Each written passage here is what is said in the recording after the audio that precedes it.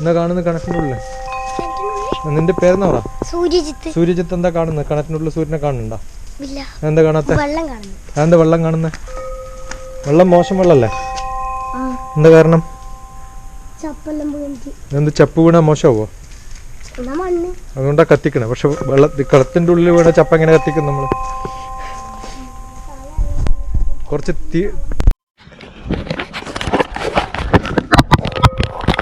തീയിട്ടാണ്ടോ? രാത്രി തീയിടണ്ടേ? രാത്രി ഫുൾ തീയിടും. എന്റെ അമ്മയാണ് ഇപ്പൊ സാമ്പിൾ നോക്കിയതാണ്. ശരിക്കുള്ള തീയിടല് രാത്രിയാണ്.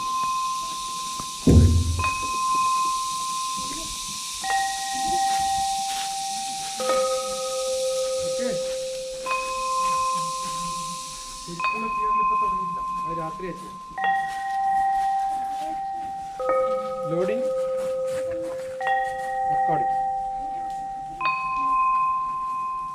എല്ലാം ക്യാമറ വെച്ചിട്ടുണ്ട്. നിങ്ങൾ ചെയ്യുന്നതെല്ലാം കാണിക്കും.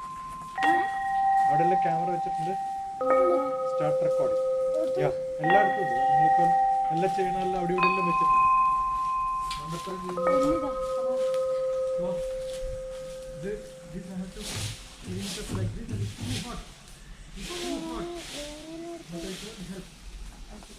I need to clean it up. It's only a trial, but it's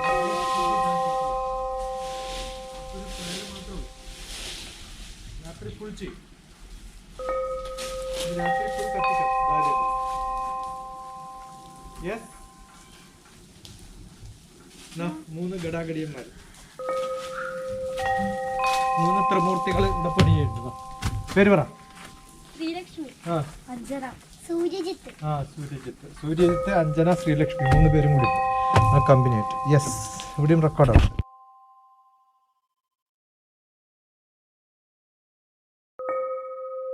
മുകളിലാക്കിയാലേ അവിടെ കാണുള്ളൂ. ഇപ്പൊ കാണും. അവിടെ ചുവന്ന ബട്ടൺ ഇപ്പൊ കാണുന്നു അല്ലേ? അതിനകത്ത് നമ്പർ മാറിക്കൊണ്ടിരിക്കും. എപ്പോഴാണ്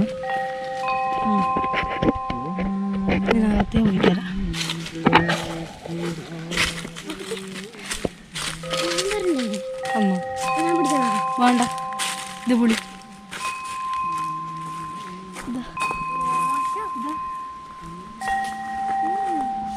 നല്ലത്.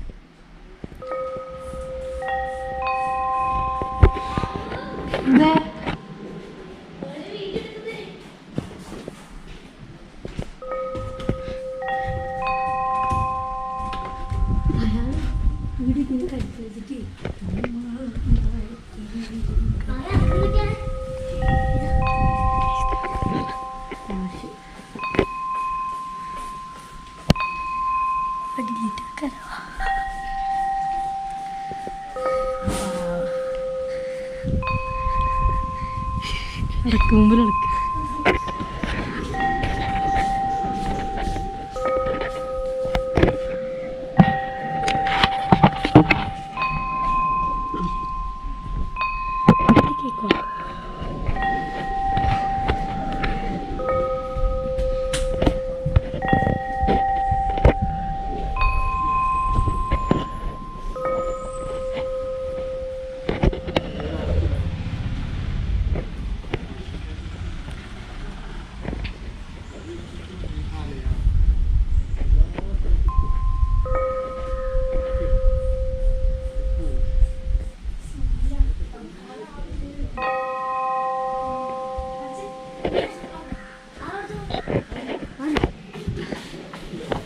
ലോണല്ല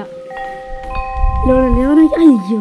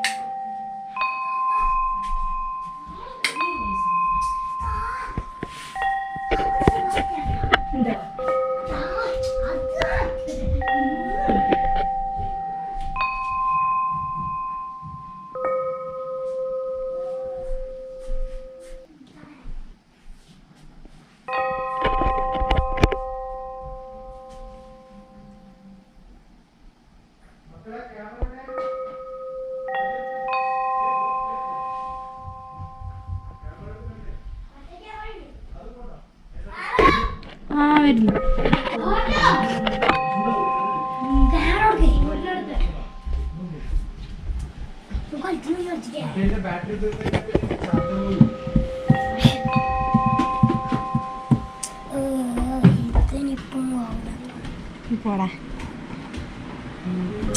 ഇതെല്ലാം ഞാൻ അവസാനം ഡിലീറ്റ് ചെയ്യണ്ടേ? നീ ഇങ്ങനെ കുറെ അങ്ങോട്ട് പിടിക്കണോ ഇതെല്ലാം വേസ്റ്റ് ആവും.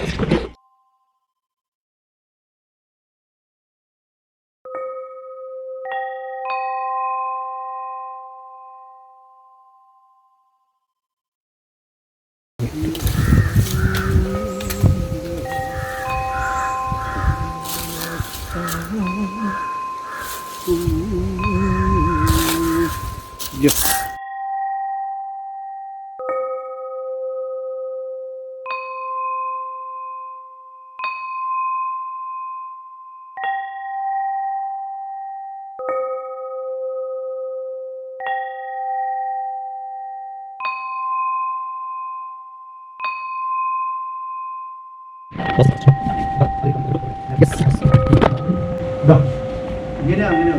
ആണ് വന്നു നേരെ നാരായണൻകുട്ടിക്ക് ദ ഗീതാവേ right.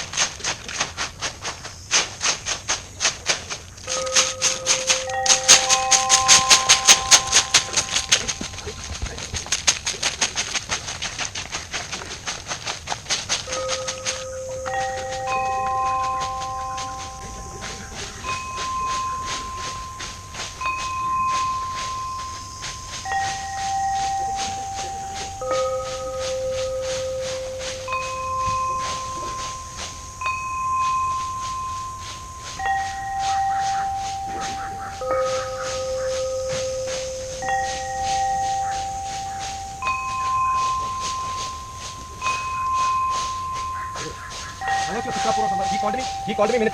Yeah, Chitrapur. He called me after that. There was no contact. Where you went recently, no? എനിക്ക് തോന്നുന്നു പറമ്പ് ഫുൾ ക്ലീൻ ആക്കുന്നതിനേക്കാളും ഇതേപോലെ തീയിട്ട് കഴിഞ്ഞാൽ ഒരു മൂലമായിട്ട് കംപ്ലീറ്റ് ക്ലീൻ ആയിക്കോളും. അത് മാത്രമേ പറ്റുള്ളൂ.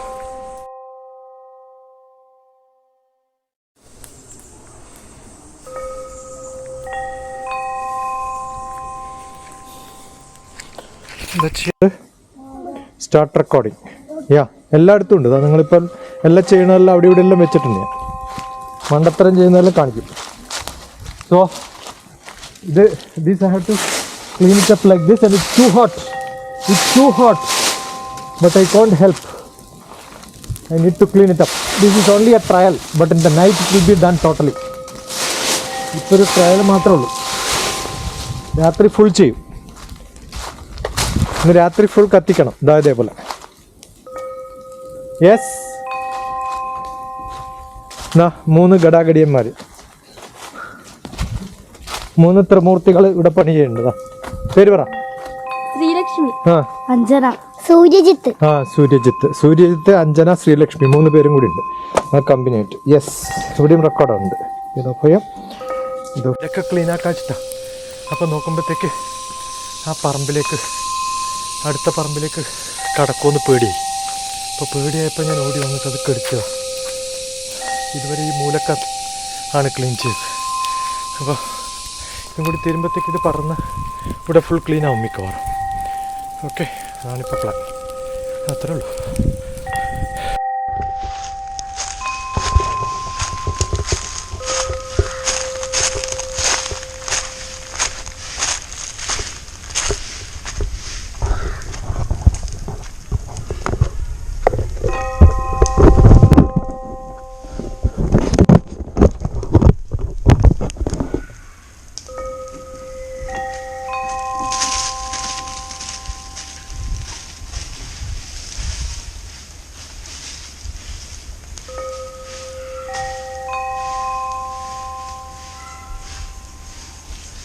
ഞാൻ കത്തിച്ചു തുടങ്ങിട്ടാ.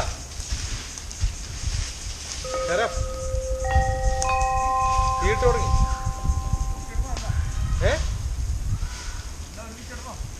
ഭാഗത്ത് മാത്രമല്ലേ ഉള്ളൂ.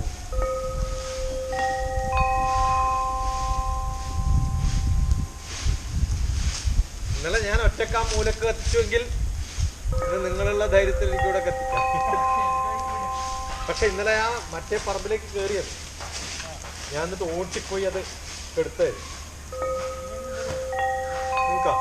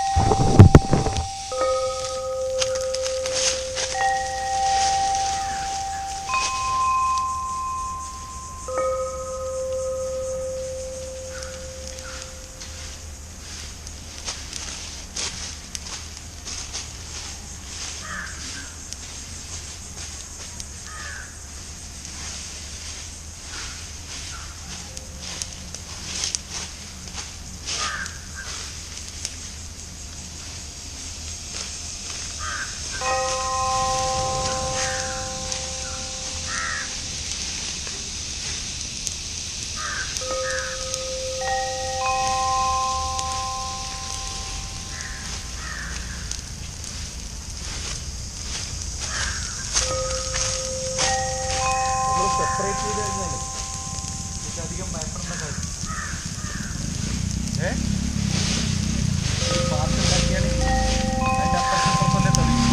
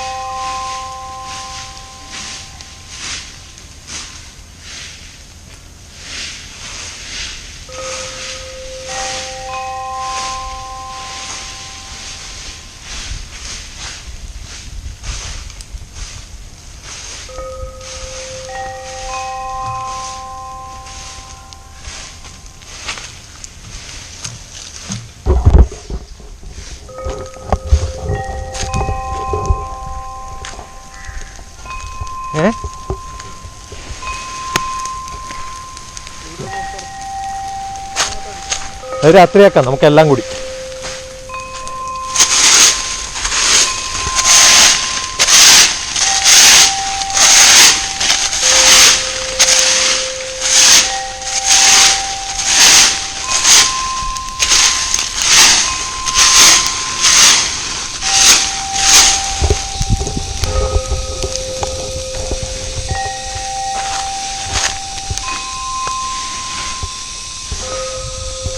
ആ ഭാഗത്ത് സ്പ്രെഡ് ആയാലും കുഴപ്പമില്ല, ഈ ഭാഗത്ത് സ്പ്രെഡ് ആവാണ്ടിരുന്ന.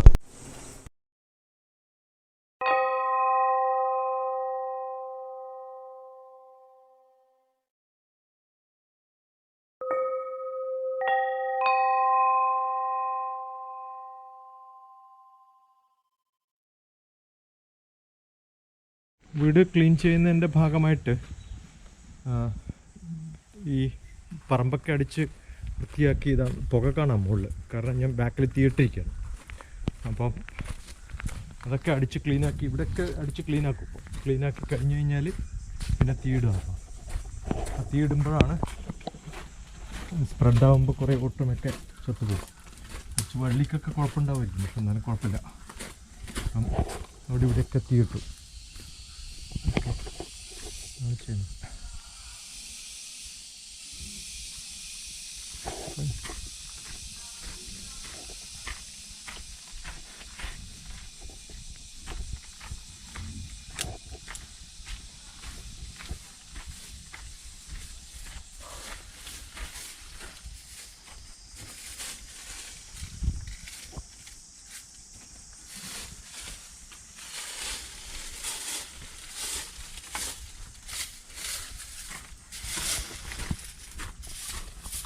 ആ വലിയ പട്ടയില്ലേ തെങ്ങിൻ്റെ, അത് ആ മൂലക്ക് കൊണ്ടുവച്ചോളൂ. അതിൻ്റെ അടുത്ത് അത് കത്തിക്കാൻ ഉപയോഗിക്കാമല്ലോ നമുക്ക്. ഇടയ്ക്കിടയ്ക്ക് ഇത് സ്പ്രെഡ് ചെയ്യാൻ വേണ്ടിയിട്ട് ഉപയോഗിക്കാം. ഇങ്ങനെയാണ് പരിപാടി. പൂജാമുറിയിലൊക്കെ ലൈറ്റ് കുറച്ചധികം ഇട്ടിട്ടുണ്ട്.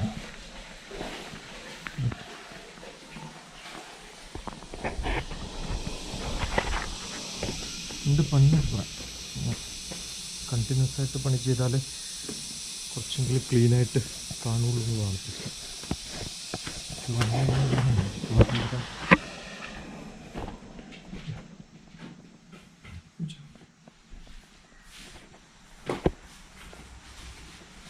ഞാനിപ്പോൾ അറേഞ്ച് ചെയ്തിട്ടുണ്ട്. അത് ഓരോ ഭാഗമായിട്ട് ഇങ്ങനെ തെളിഞ്ഞു പോവാണിപ്പം. ഈ ഭാഗത്തിപ്പം രണ്ടാമതും തീർത്തു. അങ്ങോട്ട് മനസ്സിലാക്കി കണ്ടു. ആകെ ഭയം ചിലപ്പം ഈ ഇലക്ട്രിക്കൽ ലൈനൊക്കെ കത്തിക്കുന്നു. എന്നിട്ട് പുകയുടെ ഉള്ളിലാണ് ഇപ്പം നമ്മൾ. അത് ഈ ഇലയാണ്, കുഴപ്പമൊന്നുമില്ല. കാർബൺ മോണോക്സൈഡ് അല്ല, കാർബൺ ഡൈ ഓക്സൈഡാണ്. ഇപ്പോൾ കാർബൺ ഡൈ ഓക്സൈഡ് ശ്വസിക്കുന്നതുകൊണ്ട് മനുഷ്യന് കുഴപ്പമൊന്നും ഉണ്ടാവില്ല എന്നുള്ളതിൻ്റെ പ്രൂഫായിട്ട്. അപ്പം ഇതിൻ്റെ തൊട്ടടുത്ത് ഞാൻ കുറേ സമയം ഇരുന്ന് ശ്വസിച്ചാൽ എനിക്കൊന്നും പറ്റില്ല. പക്ഷെ ചൂട് സഹിക്കാൻ പറ്റില്ല. So I have to run away from this place. ഇവിടെ എല്ലാം ഫുൾ തീയിട്ടതാണ്. Good boy.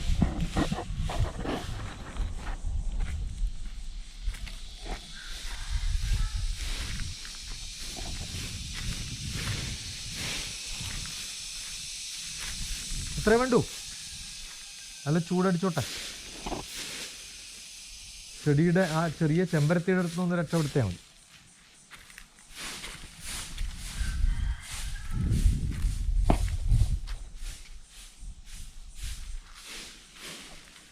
ഇടയ്ക്കിടയ്ക്ക് ഒന്ന് കൊടുക്കേണ്ടി വരും. ഈ ഇതെടുത്തിട്ട് പട്ട എടുത്തിട്ട് ഇടയിൽ ആ തീയിൽ ഇപ്പോൾ തന്നെ എടുത്താൽ പടയെന്ന് പറഞ്ഞിട്ട് കത്തും.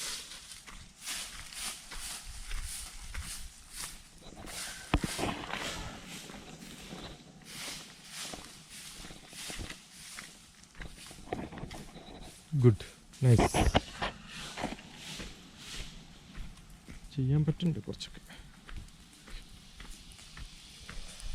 ആ ടാങ്കിൻ്റെ പുറത്തുള്ളതെല്ലാം അന്ന് കൂട്ടി വെച്ചതെല്ലാം ക്ലീൻ ആക്കിനാ മുകളിൽ.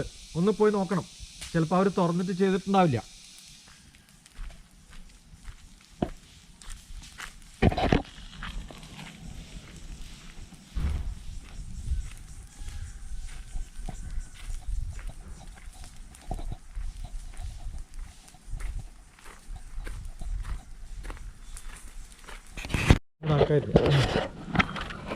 പാവം ചെമ്പരത്തി വെപ്പക്കരി ചത്തുപോകും.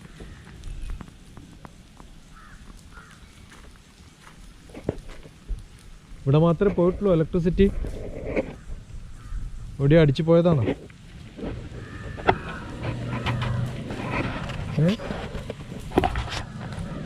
ആണോ? അല്ലെന്ന് തോന്നുന്നു അല്ലേ? ഇവിടെ മാത്രം അടിച്ചു പോയതൊന്നുമല്ല ഇലക്ട്രിസിറ്റി.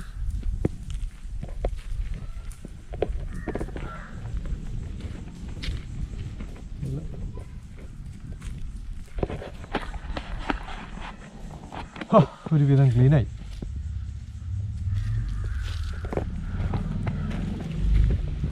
പെട്ടെന്ന് വരുമ്പോൾ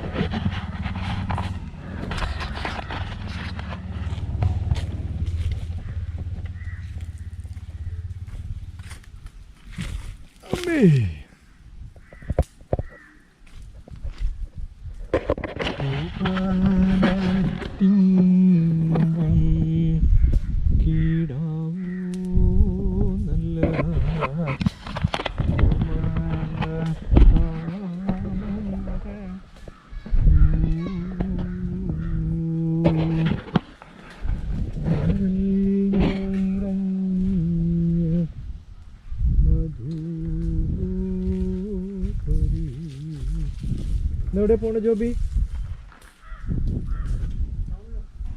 ഇവിടെ ഉണ്ടാവോ ഇനി? ഇന്നുണ്ടാവോ? എന്നാ പരിപാടി?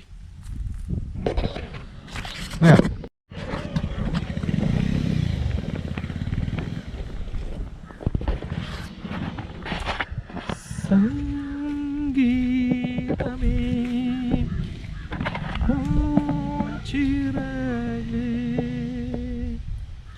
എന്നോ മലയാളി ഗീതമോ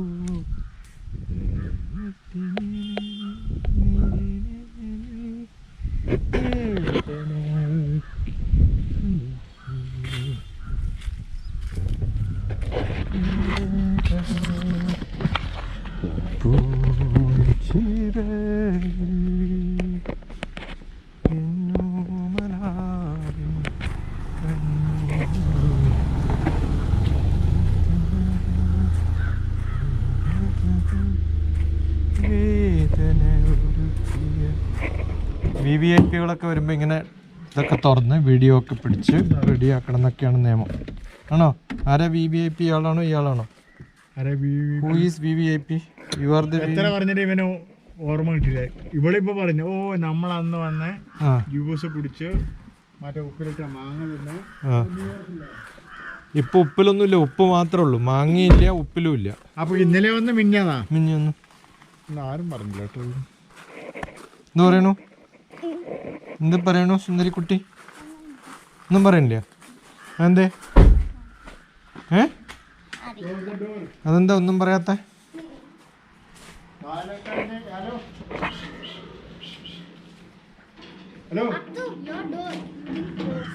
VVIPന്റെ ഡോർ തുറന്നാൽ വേറെ ആരെങ്കിലും അടക്കണം എന്നാണ് അല്ലേ? VVIPന്റെ ഡോർ ആരും അടക്കുക? കാണുന്ന സിനിമ പോലെ. അപ്പം എനിക്ക് ഒരു സംഭവം കാണുമ്പോൾ, ഒരു ഓട്ടോറിക്ഷയിൽ ഞാൻ പോവാണ്, ഓട്ടോറിക്ഷ പോകുന്ന ഓട്ടോറിക്ഷക്കാരൻ്റെ ഡ്രൈവർ എങ്ങടാ പോകണമെന്ന് ചോദിക്കണം. അപ്പം ഞാൻ ഇന്നാളെ കാണാൻ പോകണം. ഇന്നലെ ഒരാൾ വന്നിട്ടുണ്ടായിരുന്നു അയാളെ കാണാൻ. അതെന്തോ മാനസിക രോഗിയായിരുന്നു. അയാൾ കഴിഞ്ഞതിന് മുമ്പത്തെ പ്രാവശ്യം വന്ന സമയത്ത് 3 ആൾ കൂടെ വന്നിട്ട് എൻ്റെ ഓട്ടോറിക്ഷയിൽ ഞാൻ കൊണ്ടുപോയി. റൈറ്റ്? ആ 3 മാസം കഴിഞ്ഞിട്ട് മിഞ്ഞാന്ന് വന്ന സമയത്ത് അയാൾ ഒറ്റക്ക് വന്നിട്ട് കണ്ടിട്ട് പോയി, പെട്ടെന്ന് തന്നെ ഇറങ്ങിപ്പോയി. അപ്പോൾ പറഞ്ഞു, എന്ത് സന്തോഷവാനായിട്ടാണ് പോയത്, ആ 3 മാസം മുമ്പ് ഞാൻ കണ്ട വ്യക്തിയല്ല എന്ന് പറയുമ്പോൾ അയാളൊരു ഡോക്ടറാണ്, പ്രഗത്ഭനായ മാനസിക ചികിത്സകനാണെന്നുള്ളത് നമ്മൾ നേരിട്ട് പറയുന്നതിനേക്കാൾ എഫക്റ്റീവ് അല്ലേ ഇത്? അല്ലേ? നമ്മളൊരു പ്രഗത്ഭനായ ഡോക്ടറാണ്, മാനസിക രോഗികളെ ചികിത്സിക്കുന്ന ഒരാളാന്ന് പറഞ്ഞാൽ നമ്മുടെ മുമ്പിൽ ഒരു വിഷ്വലില്ല. പക്ഷെ ഞാൻ ഈ 3 ആൾക്കാരുമായിട്ട് ഓട്ടോറിക്ഷയിൽ പോകുന്നതെന്ന് പറയുമ്പോൾ ഉടനെ നിങ്ങൾ കണ്ടു, ഓട്ടോറിക്ഷനെയും കണ്ടു, ഡ്രൈവറെയും കണ്ടു, 3 ആളെയും കണ്ടു. തിരിച്ച് 3 മാസം കഴിഞ്ഞ് വന്നപ്പോൾ ഒറ്റക്ക വന്നതെന്ന് പറഞ്ഞപ്പോൾ അതും നിങ്ങളുടെ മനസ്സിൽ വന്നു. പക്ഷേ ഈ ഒരു സ്റ്റേറ്റ്മെൻറ്റ് പറയുന്നത് മനസ്സിൽ കിടക്കില്ല. പക്ഷെ ഞാൻ ഈ കഥയായിട്ട് പറഞ്ഞാൽ ഞാൻ കുറേ കാലം കഴിഞ്ഞിട്ട് ഞാൻ നിങ്ങളോട് ചോദിച്ചാലും, ഞാനൊരു മാനസിക രോഗിയെ ചികിത്സിക്കുന്ന ഒരാളുടെ കഥ പറഞ്ഞില്ലെന്ന് പറഞ്ഞു, 3 ആളെയും കൊണ്ട് പോയതല്ലേ അല്ലേ? എന്നിട്ട് പിന്നെ വന്നപ്പോൾ ഒറ്റയ്ക്ക് വന്നിട്ട് കണ്ടിട്ട് പെട്ടെന്ന് നന്ദി പറഞ്ഞിട്ട് അയാൾ സന്തോഷം അയാളുടെ മുഖത്തുണ്ടായിരുന്നു നിങ്ങൾ പറയും. ആ വിഷ്വൽ സൃഷ്ടിക്കുമ്പോഴാണ് കഥ ഉള്ളിലിരിക്കുന്നത്. അത് ഈ കഥയുടെ ഡിഫറെൻ്റ് ലെവലിൽ പറയുമ്പോൾ അർത്ഥതലം, ഭാവതലം. അർത്ഥതലം എന്ന് പറഞ്ഞാൽ ഒരു അർത്ഥം നമ്മൾ പറഞ്ഞിട്ട് അർത്ഥം ഉണ്ടാക്കാം. അത് ഭാവതലത്തിലേക്ക്. അതുകൊണ്ടാണ് പുരാണ ഇതിഹാസങ്ങൾ എന്ന് പറയുന്നത് കഥാരൂപത്തിൽ രാമായണത്തിലും മഹാഭാരതത്തിലൊക്കെ എഴുതിയിരിക്കുന്നത്. കാരണം അവർക്കറിയാം ശ്രീകൃഷ്ണൻ എന്ന് പറയുന്ന ഒരാൾ ധർമ്മം, അല്ലെങ്കിൽ രാമൻ എന്ന് പറയുന്ന ധർമ്മം ഇങ്ങനെയൊക്കെയാണെന്ന് പറഞ്ഞ് 10 സ്റ്റേറ്റ്മെൻറ്റ് പറഞ്ഞാലൊന്നും ആളിലെത്തില്ല. അത് പറഞ്ഞാലും അത് പഠിപ്പിച്ച് നിർബന്ധിച്ച് അടിച്ച് പരീക്ഷ നടത്തിയാലേ പറ്റുള്ളൂ. നമ്മുടെ പിന്നെ ഹിന്ദു മതപ്രകാരം രാമായണത്തിൻ്റെ കഥ എഴുതിയിട്ട് ഒരു ഹിന്ദുവിനും സർട്ടിഫിക്കറ്റ് മേടിക്കണ്ട. ഭാഗവതത്തിൻ്റെയോ പിന്നെ ഭരതൻ്റെ കഥ പറഞ്ഞിട്ടൊന്നും ഒരാളും സർട്ടിഫിക്കറ്റ് മേടിക്കണ്ട. അവരൊക്കെ ഉള്ളിൽ ഈ കഥയുണ്ട്. എല്ലാവർക്കും എല്ലാ കഥാപാത്രങ്ങളെയും ഒരുവിധമൊക്കെ പരിചയമുണ്ടല്ലോ. ഇത്രയും വലിയ മഹാപുസ്തകത്തിലെ ഓരോ കഥാപാത്രങ്ങളെയും നമ്മുടെയൊക്കെ മനസ്സിലൊക്കെ നമ്മൾ ആരെങ്കിലും ഇപ്പോൾ ക്ലാസ്സിൽ പോയി പഠിച്ചിട്ട് പരീക്ഷ എഴുതിയിട്ടാണോ? അല്ല. അതെന്തുകൊണ്ടാണെന്ന് വെച്ചാൽ ആ കൺസെപ്റ്റിൽ കുറേ കഥകളുണ്ടാക്കി രാമൻ, രാവണൻ, യുദ്ധം എന്നൊക്കെ പറയുന്ന സമയത്ത് നമ്മുടെ കൺസെപ്റ്റ് വളരെ വലിയ കൺസെപ്റ്റുകളായി. അങ്ങനെ കഥകളാക്കിയിട്ട് പറയുമ്പോഴാണ് അത് ക്യാരക്ടറൈസ് ചെയ്യാനും വിഷ്വലൈസ് ചെയ്യാനുള്ള ഒരു ഇമ്പാക്റ്റ് അന്നേ ഉണ്ടാക്കിയെടുത്തിട്ടുണ്ട്. ആണ് കഴിവ് വേണ്ടത്. ഏത് ശൈലി അത് നമ്മുടെ ഇഷ്ടം. ഇപ്പൊ ഒരു MT വാസുദേവൻ നായരുടെ കഥകൾ വായിക്കുമ്പോൾ ഈ വള്ളുവനാടൻ, പാലക്കാടൻ, ഒറ്റപ്പാലം ഭാഷയാണ് എന്ന് വെച്ച് ബഷീറിന്റെ മോശമെന്ന് ആർക്കും പറയാൻ പറ്റിയിട്ടില്ലല്ലോ അല്ലെ? ബഷീർ പറഞ്ഞിട്ടുള്ളതെല്ലാം ഒരു ബഷീറിനെ കുറിച്ച് സാധാരണ പറയാറുണ്ട്. ബഷീർ വളരെ സെൽഫിഷായിട്ട് ഈഗോയിസ്റ്റിക് ആയിട്ടാണ് കഥ എഴുതാറുള്ളത്. എൻ്റെ ഉപ്പാപ്പാക്ക് ഒരു ആന ഉണ്ടായിരുന്നു അല്ലേ എന്നുവെച്ചാൽ അങ്ങനെ. ഇപ്പം ഞാൻ സാധാരണ ഒരാൾ പറയുമ്പോൾ നമ്മളെ പറ്റി നിങ്ങളുടെ ധാരണ എന്താണ്? ഇവൻ ഭയങ്കര പൊക്കി പറയുന്ന ഒരാളാണ് അല്ലേ? പക്ഷെ ആ പറയുന്നതിൽ ഒരു ക്യാച്ചിങ് ഉണ്ടല്ലോ. അത് ഞാൻ പറയുന്ന രൂപത്തിൽ എനിക്ക് പറയാം. അത് ഒരിക്കലും എൻ്റെ ഉപ്പാപ്പാക്ക് ഒരു ആന ഉണ്ടായിരുന്നു എന്നുള്ള പോലെ ഒരാളും ഒരു സ്ഥലത്തും എഴുത്തുകാരന് ഇഷ്ടപ്പെടാത്ത കാലത്താണ് ബഷീർ അങ്ങനെ എഴുതിയത്. അങ്ങനെ എഴുതിയത് കൊണ്ടാണ് അതിന് പ്രാധാന്യം. ഇപ്പം സിനിമയിൽ പിന്നെ പല സിനിമകളും ഇറങ്ങിയാലും വളരെ ക്യാച്ചിങ് ആയിട്ടുള്ള സിനിമകളിൽ ഇപ്പം കാസർഗോഡ് ഒരു കോടതിയിൽ പിന്നെ വിറ്റ്നസ് എന്ന് പറയുമ്പം കാസർഗോഡൻ ഭാഷ പറഞ്ഞിട്ടില്ലെങ്കിൽ പിന്നെ അതിനൊരു നാച്ചുറാലിറ്റി ഇല്ലല്ലോ. പണ്ടങ്ങനെ ആയിരുന്നില്ല. പണ്ടെല്ലാവരും സത്യൻ്റെ കാലത്തും പ്രേംനസീറിൻ്റെ കാലത്തും അവരൊക്കെ ആ ഒരു സ്റ്റൈല് മലയാളം പറഞ്ഞാലേ അവർ ഹീറോ ആവുള്ളൂ എന്നൊക്കെയുള്ളൊരു ധാരണ ഉണ്ടായിരുന്നു. അത് പൊളിച്ചു എഴുതിയില്ല. ഇതെല്ലാം കൂടി സമന്വയിപ്പിച്ചുകൊണ്ട് എഴുതാം പല ശൈലികൾ. എന്തും പറ്റും. ശൈലി പറയും. ഞാനിപ്പോൾ ഇവിടുത്തെ കഥ എഴുതാന്നിരിക്കും. പണ്ട് മുളക് പറിക്കാൻ ഇവിടെ വന്ന സമയത്ത് ഒരാളുണ്ടായിരുന്നു. അയാളുടെ പേര് ഞാൻ പറഞ്ഞു. അയാൾ രാവിലെ വന്നാൽ പത്രം വായിച്ചിട്ട് പണിക്ക് പോകും. അപ്പോൾ രാവിലെ വന്ന് ചായയെല്ലാം കുടിച്ച് കുറേ സമയം പത്രമെല്ലാം വായിച്ച് ആ സമയത്ത് അയാൾ അന്ന് കോട്ടയത്ത് നിന്ന് വന്നതാണ്. അപ്പോൾ അത് കൃത്യമായിട്ട് അയാൾ പറയുന്നത് അയാളുടെ ഭാഷ തന്നെ നമ്മൾ കേട്ടിരിക്കാൻ രസമായിരുന്നു. കാരണം നമുക്ക് കേൾക്കാത്ത ഭാഷ വളരെ അച്ചടി ഭാഷയിൽ പറയും. വളരെ സംസ്കരിച്ചിട്ടുള്ള മലയാളമാണ് അയാൾ പറയുക. അപ്പോൾ ഈ മുളക് പറിക്കാൻ വരുന്ന ഓരോരാളുടെയും ഭാഷകൾ കേട്ടാൽ നമുക്ക് പറയാം അയാൾ ഏത് നാട്ടിൽ നിന്നാണ് വന്നത്. അതൊക്കെ കേട്ടിട്ടില്ലേ നമ്മൾ വളർന്നത്. അപ്പോൾ അതാവാം അങ്ങനെ ഒരു പ്രത്യേകത. പിന്നെ ഈ ഞാൻ പറഞ്ഞല്ലോ നെയ്യപ്രധാനങ്ങൾ നമ്മുടെ അതിനകത്ത് അന്ന് ഇവിടെ സംസാരിച്ചിട്ട് പറഞ്ഞത് ഇതിൻ്റെ ഒരു ഐതിഹ്യം എന്ന് പറഞ്ഞാൽ ഭഗവാൻ ഇങ്ങനെ ഒരു വർഷക്കാലം ഇതൊക്കെ ചെയ്തു. അപ്പം ഒരു റിഫ്രഷ് ചെയ്യുകയാണ് ഈ അഭിഷേകം ചെയ്തിട്ട്. അപ്പം ഇതിനെ നമ്മളായിട്ട് സാമ്യപ്പെടുത്തുകയാണ്. നമ്മളവരെ എന്താ പറയുക, നമ്മളിതേപോലെ ഒരുപാട് ടെൻഷനും അല്ലെങ്കിൽ പ്രശ്നങ്ങളൊക്കെ ചെയ്തു പോകും. ഇങ്ങനൊരു റിഫ്രഷ്മെന്റ് ഇതിനോട് കണക്ട് ചെയ്തിട്ട് നമുക്ക് എഴുതി പോകാം. ഈ ഉത്സവം എന്നുള്ള വാക്കിന്റെ അർത്ഥം തന്നെ എന്താണ്? എന്താ ഉത്സവം എന്ന് പറഞ്ഞാൽ സന്തോഷം എന്നാണ്, സെലിബ്രേഷൻ എന്നാണ്. ഉത്സവം സെലിബ്രേഷനാണ്. ഔത്സുക്യം, ഉത്സവം, സെലിബ്രേഷൻ, നമ്മളൊരു ഒരു ആ ഉത്സവം എന്ന് പറയുന്നത് ഒരു വരവാണ്. ആ വരവ് എല്ലാ ദിവസവും പൂജ ചെയ്യുന്ന സമയത്ത് പിന്നെ അവിടെ നിന്ന് ഒഴിവാക്കപ്പെട്ട എല്ലാ ജീവികൾക്കും ഭക്ഷണം കൊടുത്തിട്ടാണ് ഭഗവാന് ഭക്ഷണം കൊടുക്കുക. അതിനാണ് ശ്രീ ഭൂതബലി എന്ന് പറയുന്നത്. ശ്രീ ഭൂതബലി. ഓക്കെ. അപ്പോൾ ഇതിൻ്റെയൊക്കെ ശരിക്കും നമ്മുടെ കണക്റ്റഡ് ആയിട്ടുള്ള 4 ക്ഷേത്രങ്ങളിൽ ചെയ്യുമ്പോൾ നമ്മൾ ഒരു വീട്ടിൽ നിന്ന് വേറൊരു വീട്ടിലേക്ക് എല്ലായ്പ്പോഴും പോകില്ലല്ലോ. അവിടെ ഒരു മാരേജോ അവിടെ ഒരു സെലിബ്രേഷനോ എന്തൊക്കെ ഉണ്ടാകുമ്പോഴല്ലേ പോവാം. അവിടെ ഒരു താലികെട്ടോ അല്ലെങ്കിൽ പിന്നെ കുട്ടിക്ക് ചോറ് കൊടുക്കലോ ഒക്കെ ഉണ്ടാകുമ്പോൾ എല്ലാവരും അവിടെ പോകും. ആ റെപ്രസെൻറ്റേറ്റീവായിട്ട് ഈ ഗ്രാമത്തിനെ റെപ്രസെൻറ്റേറ്റീവായിട്ട് പോകുന്നവരാണ് ഈ ഒരു ക്ഷേത്രത്തിൽ നിന്ന് ഉത്സവം കഴിഞ്ഞ് അടുത്ത ക്ഷേത്രത്തിലേക്ക് ഉത്സവം വരുമ്പോഴത്തേക്ക് അങ്ങോട്ട് പോകുന്നത്. ഈ സെലിബ്രേഷൻ കഴിഞ്ഞു അടുത്ത സെലിബ്രേഷനിലേക്ക് പോകുന്നു. അന്ന് ശ്രീഭൂതബലി നമ്മൾ എല്ലാ ദിവസവും ചെയ്യുന്നുണ്ടെങ്കിലും ഉത്സവത്തിന് ചെയ്യുന്ന സമയത്ത് ജനങ്ങൾ ഫുൾ കാണാൻ വരും.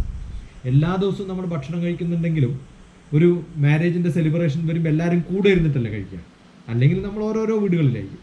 അപ്പോൾ ജോയിനിങ് ഒരു വ്യത്യസ്തമായിട്ടുള്ള കുറേ ആൾക്കാർ കൂടെ ജോയിൻ ചെയ്ത് അത് സെലിബ്രേറ്റ് ചെയ്യുന്ന ഒരു സങ്കല്പമാണ്. അത് ഷെയർ ചെയ്യുന്നൊരു സങ്കല്പം. എൻ്റെ വീട്ടിൽ നടക്കുന്നുണ്ടാവും സദ്യ, നിങ്ങളുടെ വീട്ടിൽ നടക്കുന്നുണ്ടാവും, അല്ലെങ്കിൽ നിങ്ങളുടെ നാട്ടിൽ നടക്കുന്നുണ്ടാവും, എൻ്റെ നാട്ടിൽ നടക്കും. ഇതൊക്കെ കണക്റ്റഡ് ആണ് എന്ന് പറയുന്ന ഒരു സങ്കല്പം. എന്ത് വേണമെങ്കിലും എഴുതാം. ഞാൻ പറഞ്ഞല്ലോ ഇപ്പം ഇതിൽ സെൻസറിംഗ് ഒന്നും ഇല്ലല്ലോ. ഭഗവാന് പോലും ഒരു റിഫ്രഷ്മെന്റ് ആണ്. അല്ല, അത് അങ്ങനെ തന്നെയാണ്. അപ്പൊ അങ്ങനെ പ്രശ്നങ്ങളുടെ നടുവിൽ നിന്നുകൊണ്ട് ഇപ്പമാണ് അഭിഷേകം ചെയ്തിട്ട് എല്ലാം തീർത്തെടുക്കുക ആണ്. അപ്പൊ അതേ സമയത്താണ് ഇദ്ദേഹം ഇതിന് യാത്ര പോകുന്നത്. ഇങ്ങനെ പ്രശ്നങ്ങളുടെ അപ്പൊ അവർക്ക് വേണം ഒരു റിലാക്സേഷൻ തമ്മിൽ കണക്ട് ചെയ്യാണ്. അല്ല, ഈ എല്ലാ നമ്മുടെ ഭഗവാന്റെ സങ്കല്പം എന്ന് പറയുന്നത് തന്നെ സങ്കല്പങ്ങളാണ്. ആ സങ്കല്പം എന്ന് പറയുന്ന ഒരു അർത്ഥം ഭഗവാൻ വാരണാസിയിലുണ്ടെന്ന് പറഞ്ഞാൽ മണ്ടത്തരാണ്. കാരണം ഈ പറഞ്ഞിട്ടുള്ള ശങ്കരൻ്റെ സങ്കല്പങ്ങളൊക്കെ പറയുന്നത് ഒരു സ്ഥലത്തും ഭഗവാനില്ല, നമ്മുടെ ഉള്ളിലാണ്. ഈ കാണുന്ന തെണ്ടി നടക്കുന്ന ആൾക്കാരുണ്ടല്ലോ, അവിടെ ഭഗവാനുണ്ട് ഇവിടെ ഭഗവാനുണ്ട് എന്നൊക്കെ പറയുന്നത്, അവരൊക്കെ സ്വല്പബുദ്ധികളാണ്. വിഗ്രഹം സ്വല്പബുദ്ധീനാം സർവത്ര വിദിതാത്മനാം. എല്ലാവരിലും ഭഗവാനുണ്ടെന്ന് വിശ്വസിക്കുന്ന ഒരാളാണ് യഥാർത്ഥ അറിവുള്ളവർ. ഏതെങ്കിലും ക്ഷേത്രങ്ങളിൽ മാത്രം ഉണ്ടെന്ന് വിഗ്രഹം സ്വല്പബുദ്ധീനാം. അപ്പോൾ അത് റെപ്രസെൻറ്റേഷൻ ആണ് എന്ന് കാണിക്കാൻ വേണ്ടി. ഇപ്പം എൻ്റെ അച്ഛൻ എന്ന് പറയുന്നത് ആ ഫോട്ടോയിലല്ല എന്ന് എനിക്കറിയാം. എൻ്റെ അച്ഛൻ ഫോട്ടോയിലല്ലല്ലോ. പക്ഷെ അത് അടുത്ത ജനറേഷൻസിലേക്ക് പകർന്നു കൊടുക്കണമെങ്കിൽ സിംബോളിക്കലി ആ പടം വെച്ചാലേ ആൾക്കാർക്ക് ഇടയ്ക്കിടയ്ക്ക് ആ മുഖം പതിയൂ. അപ്പോൾ ആ സങ്കല്പങ്ങൾ പകർന്നു കൊടുക്കാനുള്ളതാണ് നമ്മുടെ ഇത്തരം ബിംബങ്ങൾ. അപ്പം നമ്മുടെ പുസ്തകത്തിൽ എഴുതുന്ന സമയത്ത് ആ സങ്കല്പം, നിങ്ങളുടെ മനസ്സിൽ പതിഞ്ഞ സങ്കല്പം ബാക്കിയുള്ളവർക്ക് പകർന്നു കൊടുക്കാനുള്ള ഒരു കഴിവും കൂടി ഉണ്ടാകുമ്പോഴാണ്. അതുകൊണ്ടാണ് എൻ്റെ ഗീതാവേ എന്നുള്ള ബുക്കിൽ ഞാൻ ഒരു കുറച്ച് പടങ്ങൾ കൂടി ചേർത്തത്. ഇപ്പം I am sitting and you are sitting and having a cup of tea and drinking എന്ന് പറയുമ്പോൾ അത് വളരെ കാഷ്വലായിട്ട് വായിച്ചു വരുന്ന ചില ഓഡിയൻസ് ഒക്കെ ഉണ്ടായിരുന്നു വരാം. അപ്പോൾ ഒരു സ്ഥലത്ത് ഞാനൊരു പടം കൊടുത്തിട്ട് കുറേ പേജ് കഴിഞ്ഞിട്ട് അടുത്ത പടം കൊടുക്കുന്നത്. അതിനിടയിൽ വായിക്കുമ്പോഴൊക്കെ ഈ പടം അയാളുടെ മനസ്സിൽ പെടും. അപ്പോൾ അതിന് ഒരു ഡ്രോയിങ്ങും സ്കെച്ചൊക്കെ കൊടുത്തു കഴിഞ്ഞാൽ വളരെ ഇമ്പ്രസീവ് ആയി. അപ്പോൾ നെയ്യവൃത് എന്ന് പറയുന്ന സമയത്ത് നിങ്ങൾക്കും എനിക്ക് നെയ്യവൃത് കണ്ടിട്ടും കേട്ടിട്ടുള്ള പരിചയമുണ്ട്. പക്ഷേ ഈ പുസ്തകം പോകുന്നത് ചിലപ്പം ആരും ഇല്ലാത്തടത്തായിരിക്കും. അല്ല, അപ്പോൾ ചെയ്യേണ്ടത് ഒന്നുകിൽ അതിൻ്റെ പടം വെക്കണം, അല്ലെങ്കിൽ അതിൻ്റെ കാരിക്കേച്ചർ വെക്കണം. പക്ഷേ അത് ഇതുമായി ബന്ധമുണ്ട്. കാരണം ഒരു സാക്രിഫൈസിങ് ഉണ്ട്. ഒരു യാത്രയും ചെറുപ്പടാതെ പോകുന്നു, ഭക്ഷണമില്ല പറഞ്ഞ് അവിടെ നിന്ന് യാത്ര തുടങ്ങി കഴിയുമ്പോൾ പലപ്പോഴും നടുവിൽ ഇവിടെ എത്തിക്കഴിഞ്ഞാലാണ് ഭക്ഷണം കിട്ടുന്നത്. അപ്പോൾ ഇത് തന്നെയാണ് ഈ പ്രവാസം സംഭവിക്കുന്നത് എല്ലായിടത്തും. അവർ അനുഭവിക്കുന്ന അതൊരു ഭക്തിയുടെ തലത്തിലും ഇത് ഭൗതിക തലത്തിലും രണ്ടും അനുഭവിക്കുന്ന ഒന്നാണ്. അത് മാത്രമല്ല, ഞാൻ ഈ പ്രവാസികളെ കുറിച്ച് നല്ലോണം പറയാറില്ല, എപ്പോഴും പറയാറുള്ളത് വെച്ചാൽ അവിടെ പോകുമ്പോൾ ഞാൻ പറയാറുള്ളത്, നിങ്ങൾ ഒരിക്കലും കിട്ടുന്ന കാശുകളൊക്കെ ഇവിടെ ചെലവഴിക്കുന്നവരല്ല, നാട്ടിലേക്ക് അയക്കണം എന്ന് ആഗ്രഹമുള്ളവരാണ്. അതേസമയത്ത് അമേരിക്കയിലും യൂറോപ്പിലും പോയാൽ അവരോട് ഇൻവെസ്റ്റ് ചെയ്യും. അതിന് കാരണം എന്നറിയാം, അമേരിക്ക യൂറോപ്പ് എന്നൊക്കെ പറയുന്നത് നാടാണ് അവർക്ക്. പക്ഷേ ഗൾഫ് എന്ന് പറയുന്നത് ഓരോ ഗൾഫുകാരനും ലോഡ്ജാണ്. നമ്മളൊരു ലോഡ്ജിൽ പോയിട്ട് 10 ദിവസം താമസിച്ച് അവിടെ നമ്മുടെ സാധനങ്ങളൊന്നും കൊണ്ട് സ്ഥാപിക്കാറില്ല. കാരണം എപ്പോൾ വേണമെങ്കിലും എന്നെ വെക്കേറ്റ് ചെയ്യിപ്പിക്കും. അപ്പോൾ ഓരോ പ്രാവശ്യവും നാട്ടിലേക്ക് വരുമ്പോൾ ഒരു ഗൾഫുകാരൻ്റെ ധാരണ തിരിച്ചു പോകാൻ പറ്റിയാൽ പോകാമെന്ന് മാത്രമേ ഉണ്ടാവുള്ളൂ. ഗ്യാരണ്ടി ഒന്നുമില്ല അവിടെ പോകാൻ പറ്റും. കാരണം അവൻ കുറേ യുദ്ധം കണ്ടിട്ടുണ്ട്, വിസ തട്ടിപ്പോയത് കണ്ടിട്ടുണ്ട്, ചിലപ്പോൾ തിരിച്ചു വന്നാൽ തിരിച്ച് പോകാൻ പറ്റാത്ത സ്ഥിതി അവിടെ ഇവിടെയൊക്കെ ഉണ്ടാവാം. അപ്പോൾ ഒരിക്കലും കൂട്ടി വെക്കാറില്ല അവിടെ. അപ്പോൾ അവിടെ താമസിക്കുന്ന ഓരോരോ വ്യക്തിക്കും അറിയാം അയാൾ ടെമ്പററിയാണ്. ആ ടെമ്പററി ആയാലും ഒരു ലോഡ്ജിൽ താമസിക്കുമ്പം കംപ്ലീറ്റ് പൈസ കൊടുത്താലല്ലേ അവിടെ നിന്ന് വെക്കേറ്റ് ചെയ്ത് പോകാൻ പറ്റുള്ളൂ. ആ അവസ്ഥയിൽ താമസിക്കുന്നവരാണ് മിക്കവാറും ഗൾഫുകാർ. അതുകൊണ്ട് ഗൾഫ് ആൾക്കാർ എൻറ്റയർലി ഡിഫറെൻറ്റ് ഫ്രം യൂറോപ്പ് അമേരിക്കയിലൊക്കെ മൈഗ്രേറ്റ് ചെയ്യുന്ന അവർ മൈഗ്രൻസ് അല്ല. ഗൾഫുകാരെ ഒരിക്കലും നമ്മൾ മൈഗ്രൻസ് എന്ന് പറയാറില്ല, അല്ലേ? NRI എന്നുള്ള പദവി തന്നെ ഗൾഫുകാർക്ക് ബാധകമല്ല. കാരണം അവർ NRI അല്ല, അവരുടെ വോട്ടും വീടും ഒക്കെ ഇവിടെയാണ്, അഡ്രസ്സും ഒക്കെ ഇവിടെയാണ്. അത് താൽക്കാലികമായിട്ടൊന്ന് പോയിട്ട് ജോലിക്ക് പോകുന്നത്. ഈ നെയ്യവ്രതത്തിന് പോകുന്ന ഒരാൾ ഒരിക്കലും ആ അടുത്ത നാട്ടിൽ പോകുന്നവിടെ താമസിക്കാനല്ല, അവൻ തിരിച്ചു വരണം. ഞാൻ കറക്റ്റ് ഇത് ഭയങ്കര ബന്ധമാണ് അത്. പക്ഷെ ഞാനിത് കേട്ടപ്പോൾ നെയ്യവ്രതത്തെ കുറിച്ച് ഞാൻ എഴുതിപ്പോയി കഴിഞ്ഞാൽ അത് എൻ്റെ സബ്ജക്റ്റിൽ നിന്ന് പുറത്തു പോകും. അത് കണക്ട് ചെയ്യണം. ഇത് കണക്ട് ചെയ്ത് വരുമ്പോൾ ഇതെല്ലാം ഇപ്പൊ ഈ പറഞ്ഞ പോലെ കണക്ട് ചെയ്യണം ആണ് വിഷയം ഈ അനുഭവിക്കുന്നത്. അത് ഭക്തിയുടെ തലത്തിലാണെങ്കിൽ അത് ഭൗതിക തലത്തിൽ, അതുപോലെ ഭക്ഷണത്തിൻ്റെ കാര്യത്തിൽ, യാത്രയുടെ ബുദ്ധിമുട്ടുകൾ, കഷ്ടപ്പാട്, അതൊക്കെ ഇവിടെ ഇദ്ദേഹം അനുഭവിക്കുന്നുണ്ട്. പിന്നെ അതൊരു പ്രദേശത്തിൻ്റെ ഒക്കെ മൊത്തത്തിലായിട്ടുള്ള കാര്യങ്ങളാണ് അവർ നെയ്യവ്രത സംഘം ചെയ്യുന്നത്. ഇദ്ദേഹം ഒരു വലിയൊരു കുടുംബത്തിൻ്റെ കാര്യത്തിന് വേണ്ടി ചെയ്യുന്നു, സ്വന്തത്തിന് വേണ്ടിയിട്ട് കാശിക്ക് പോകുന്ന പോലെ പോകണമല്ല. പിന്നെ ഇവർ താമസിക്കുന്നൊന്നും വളരെ ഒരു അഡ്വാൻസ്ഡ് ആയിട്ടുള്ള ഇതിലൊന്നും അല്ല. നെയ്യവ്രതത്തിന്റെ കൂടാരെന്ന് പറഞ്ഞാൽ ചെറിയ ഷെഡ് പോലെ എങ്കിലൊക്കെ ആയിരിക്കും. വരുന്ന വഴിക്ക് ഇവിടെ തോട്ടുന്ന അവിടുന്ന് പൊളിച്ച് എവിടെയാണ് വെള്ളം, ഇങ്ങനെ ഒരു ഒറ്റയടി പാതയാനായിട്ട് ഇങ്ങനെ നടന്നു പോവുകയാണ്. അവിടെ ഓംകാരം മാത്രമേ അവർക്കുണ്ടായിരുന്നു. അദ്ദേഹത്തിൻ്റെ മനസ്സിലും ഇങ്ങനെ പോവുകയാണ് യാത്ര. അല്ലെങ്കിൽ കൃത്യമായിട്ട് അന്നൊന്നും ഗൾഫിൽ ഇങ്ങനെ ഒരു ജോലിയുണ്ട് എന്ന് അറിഞ്ഞില്ല, തേടി പോവുകയാണ്. പ്രതീക്ഷകൾ അടക്കം ചെയ്ത മരുഭൂമിയിലേക്ക് പോവുകയാണ്, തേടി കണ്ടുപിടിക്കും. അല്ല, ഞാൻ പണ്ട് ബോംബെയിലൊക്കെ ഡൽഹിയിലൊക്കെ ട്രാവൽ ചെയ്യുന്ന സമയത്തൊക്കെ എൻ്റെ കൂടെ ഈ ഇരിക്കുന്ന അന്ന് ഗൾഫുകാരൊക്കെ ഉണ്ടാവും. ഈ ട്രെയിനിൽ പോയിട്ട് അവിടെ നിന്ന് പോകും. അപ്പം എന്താ പണി വെച്ചാൽ ഉള്ളി വെട്ടുക. ആദ്യമായിട്ടാണ് പണി ഉള്ളി കെട്ടിയാലാണ് കണ്ടുതോളവൻ. അത് കുറച്ച് ആദ്യം വരുള്ളൂ, പിന്നെ വലിയ ഉള്ളിയുടെ ഉള്ളിൽ തന്നെ നമ്മളിരിക്കണം. അച്ചു ഉള്ളി ഇങ്ങനെ വെട്ടലായുള്ള പണി. ഞാൻ അങ്ങനെയുള്ളവരെ കണ്ടിട്ടുണ്ട്. നമുക്കൊന്നും പ്രതീക്ഷിക്കാൻ പറ്റില്ല. നമ്മളെ ഉദ്ദേശം ഉള്ളി എന്നൊക്കെ പറഞ്ഞാൽ 4 ഉള്ളി കട്ടിയാലല്ലേ ഉള്ളൂ. അങ്ങനല്ല ജീവിതകാലം മുഴുവൻ രാവിലെ ഒരു നേരം വരെ കുറേ ഉള്ളിച്ചാക്ക് അതെടുക്കുക, വെട്ടുക, അപ്പുറത്തിടുക, ആരും കൊണ്ടുപോകും. അവന്റെ സ്ഥിരം പണി. ഞങ്ങള് സൗദിയിലെ സമയത്ത് കൂടെ പറഞ്ഞു അവന്റെ ബ്രദറിന് ലണ്ടനിലേക്ക് പോകാൻ ഒരു ജോലി അവിടെ ഉണ്ട്. എന്താന്ന് വെച്ചാൽ പറഞ്ഞാൽ പൂ പറിക്കുക, കൊട്ടയിലിടുക, ഇങ്ങനെ. അപ്പൊ അനിയൻ എന്നെ വിളിച്ചിട്ട് ചോദിച്ചു, ഇത്രമാത്രം പൂ അവിടെ ഉണ്ടാവും? ഞാനിപ്പോ പോയ 2-3 വർഷം കഴിഞ്ഞാൽ തിരിച്ചു വരും. ഈ 2 വർഷം പറിക്കേണ്ട പൂ പറിക്കാൻ കൊട്ടയിലിടുക, നമുക്ക് വിശ്വസിക്കാൻ പറ്റില്ല. ചില വലിയ ബുദ്ധിമുട്ടാണ്. അതുപോലെ ഈ ഞാൻ ഈ അലൈനിലൊക്കെ പോയ സമയത്ത് ഇവിടെ ഡേറ്റ്സിന്റെ ട്രീ ഉണ്ടല്ലോ, താഴത്തിങ്ങനെ നിറച്ചും ബ്രൗണിഷ് കളർ വീട് കിടക്കല്ലേ, ആർക്കും വേണ്ടാണ്ട് കിടക്കുന്ന സമയം.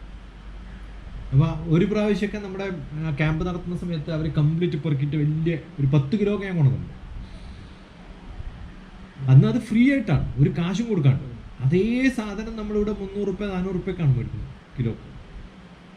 ഒരിക്കലും പ്രതീക്ഷിക്കില്ല നമ്മൾ ഈ ഇവിടെയുള്ള ഒരു പകുതിയിലധികം ജനങ്ങൾക്ക് അറിയുന്നുണ്ടാവില്ല ഈ ഡേറ്റ്സ് എന്ന് പറയുന്നത് തെങ്ങ് പോലൊരു സാധനത്തിൽ നിന്ന് താഴെ വീഴുന്ന സാധനമാണ്. ആരും നോക്കിയിട്ടേ ഉണ്ടാവില്ല അത്. അതുപോലെ നമുക്ക് ഇവിടുത്തെ കാലാവസ്ഥയിൽ വളരുന്ന ചെടികൾ അബുദാബി ദുബായ് ബോർഡറിൽ വളർത്തുന്ന നഴ്സറി ഉള്ള സ്ഥലത്ത് ഞാൻ കാണാൻ പോയിട്ടുണ്ട്. ഈ ഹ്യൂമിഡിറ്റി അടക്കം അവരവിടെ റീക്രിയേറ്റ് ചെയ്യുന്നു. വെള്ളം സ്പ്രിങ്കിൾ ചെയ്ത് എയർ അടിച്ച് ആ ഒരു ഹ്യൂമിഡിറ്റി ഉണ്ടാക്കുന്ന ഒരു കൂടാരുണ്ടാക്കി, അങ്ങനെ ആകുമ്പോഴല്ലേ ആ ഒരു കൃഷി അവിടെ നടത്താൻ പറ്റുള്ളൂ. അപ്പോൾ വളരെ സൊഫിസ്റ്റിക്കേറ്റഡ് ആയിട്ടുള്ള നമ്മൾ ചിന്തിക്കുന്ന ഒരു ലോകം അവർ വലിയ ലോകത്തിൻ്റെ ഇടയിൽ ചെറിയ ചെറിയ പല രാജ്യങ്ങളും ഉണ്ടാക്കുന്നുണ്ട് അവർ. കാരണം ഓരോ സിറ്റുവേഷനിലും വളരുന്ന സംഭവങ്ങൾ കംപ്ലീറ്റ് ഗൾഫിൽ വളർത്തുന്നത് നമുക്ക് വിശ്വസിക്കാൻ പോലും പറ്റില്ലല്ലോ. അത് ഒരു എക്സ്പോർട്ടിൻ്റെ കാലത്തിന് മാത്രമല്ല, അവിടെ തന്നെ വളർത്തുക എന്നുള്ളൊരു സങ്കല്പം പോലും ഉണ്ടാക്കിയിട്ടുള്ളതാണ്. അപ്പോൾ നമ്മൾ ഓരോരോ യാത്രക്കാരും, ഇപ്പോൾ ഫിലിപ്പീൻസുകാരും അവർ പോകുന്ന സമയത്തും അല്ലെങ്കിൽ മലേഷ്യയിൽ നിന്ന് പോകുന്നവരും കുറേ രാജ്യത്ത് നിന്ന് വന്നിട്ടുള്ള കുറേ സെറ്റിൽമെൻ്റ് ഉണ്ടല്ലോ അവിടെ. നമ്മളാ മമ്മൂട്ടിയുടെയൊക്കെ സിനിമയില്ലേ, ഒരു അമേരിക്കക്കാരൻ വന്നിട്ട് അവൻ്റെ സ്റ്റൈല് പറയുന്ന സമയത്ത് അതല്ല ഇനി മതിയാക്കുക എന്നൊക്കെ പറയുന്നത്. അപ്പോൾ കുറേ കാലം അവരൊക്കെ എൻ്റർടൈൻ ചെയ്തിരുന്നു. 1970s വരെയൊക്കെ ഗൾഫ് എന്ന് പറയുന്നത് കംപ്ലീറ്റ് ബ്രിട്ടീഷുകാരുടെ കീഴിലായിരുന്നു. അവരെ ഒന്നുമില്ല എന്നുകൊണ്ട് ഉപേക്ഷിച്ച് പോയതല്ലേ. അപ്പോൾ ആ സമയത്ത് അവിടെ ഉണ്ടായിരുന്ന ആ ഒരു അവർ എങ്ങനെയാണോ ഗൾഫുകാരനെ വളർത്തിയത് അതേ സിറ്റുവേഷനിലാണ് ഗൾഫുകാരൻ ഇപ്പോൾ പല രാജ്യങ്ങളെ ആൾക്കാരും ഡീൽ ചെയ്യുന്നത്.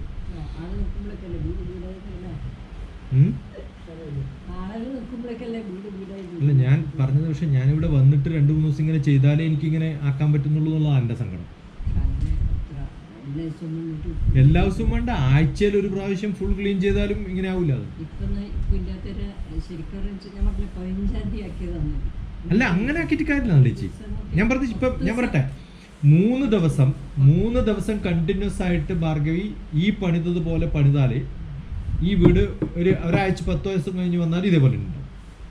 ആ സമയത്ത് വെറുതെ ഇങ്ങനെ അടിച്ചിട്ട് പോയി കഴിഞ്ഞാൽ മുകളിൽ കയറി നോക്കൂല. അവിടെ ഈ ഓട്ടുമ പോണെങ്കിൽ കംപ്ലീറ്റ് ഇല കളയണമെന്ന് അന്ന് ഞാൻ ആദ്യം പറഞ്ഞ സംഭവമാണ്.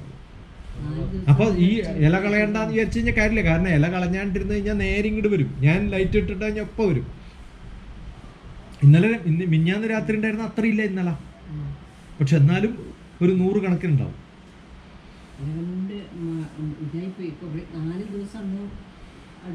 അല്ല എന്റെ ഇത് പ്രശ്നം എന്ന് വെച്ചാൽ ഇപ്പൊ ഇന്നലെ ഞാൻ ആ ഒരു ബാറ്റില്ലേ, ആ ബാറ്റിന് ഈ ബാറ്റിന് എല്ലാം ഉള്ള പ്ലഗ് ഉണ്ടായിരുന്നു. വന്ന ദിവസം നോക്കുമ്പോൾ ഒരു പ്ലഗും ഇല്ല. ആ ബാറ്റ് എവിടെയോ മൂലക്ക് വെച്ചിട്ടുണ്ട്. ആ ബാറ്റ് എടുത്ത് നോക്കുമ്പോൾ അതിന് കുത്താനുള്ള പ്ലഗ് ഇല്ല. അപ്പോൾ ഇന്നലെ ഞാൻ ആലക്കോട് പോയപ്പോഴാണ് മേടിച്ചത്. അപ്പോൾ മിഞ്ഞാന്ന് എനിക്കത് ഉപയോഗിക്കാൻ പറ്റിയിട്ടില്ല. ഇപ്പം ഇന്നലെ ഞാൻ 7 എണ്ണം മേടിച്ചിട്ടുണ്ട്. ഞാൻ 7 കൂടി ഇട്ടിട്ടാ പോവാം. അടുത്ത പ്രാവശ്യം വരുമ്പോൾ ഏത് അതിന് പ്ലഗ് അത് ഇല്ലാന്നാ ഞാൻ പറഞ്ഞത്. കാരണം ഇതെല്ലാം പ്ലഗ് ഇട്ടിട്ടല്ലേ. ഇപ്പം ഞാൻ ആ പൂജാമുറിയിൽ ലൈറ്റ് ഇല്ലേ, പൂജാമുറിയിൽ 3 മഞ്ഞ ലൈറ്റ് ഉണ്ടല്ലോ. ആ 3 മഞ്ഞ ലൈറ്റിന് 3 പ്ലഗ് ഇട്ടാലേ ആ 3 പറ്റുള്ളൂ. ആ ഒറ്റ പ്ലഗും ഇല്ല. ഈ 2 ബാറ്റിനില്ല. 3 2 5 5 2 7 ആ 7 ഞാൻ ഉപയോഗിക്കുന്നതാണ്. ഞാൻ പറയുന്നത് ആ ഒരു എന്താ വെച്ചാല് നമ്മൾ ഈ എല്ലാം കൂടി ഒരു മൂലക്ക് കെട്ടി വെക്കുമ്പോൾ അവിടെ നിന്ന് ഇവിടെ നിന്നെല്ലാം ഡിസ്പ്ലേസ്ഡ് ആവും. ഇതെല്ലാം ഇങ്ങനെ നിൽക്കുമ്പോഴേ ഉണ്ടാവും.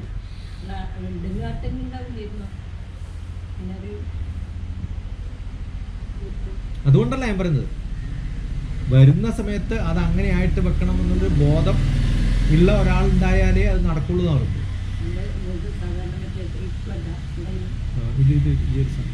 അതുപോലെ ഞാൻ വരുമ്പോൾ എപ്പോഴും ആ ഇതുണ്ടല്ലോ അന്ന് ചവിട്ടി, എനിക്ക് ഏറ്റവും അത്യാവശ്യമായിട്ട് വേണ്ടത് ചവിട്ടിയാണ്. അത് നോക്കുമ്പോൾ അത് എവിടെയെങ്കിലും മൂലക്കുണ്ടാവും, മറ്റേ മൂലക്കുണ്ടാവും. ആ ഒരു സ്ഥലവും ആ വെച്ച സ്ഥലത്തുണ്ടാവില്ല.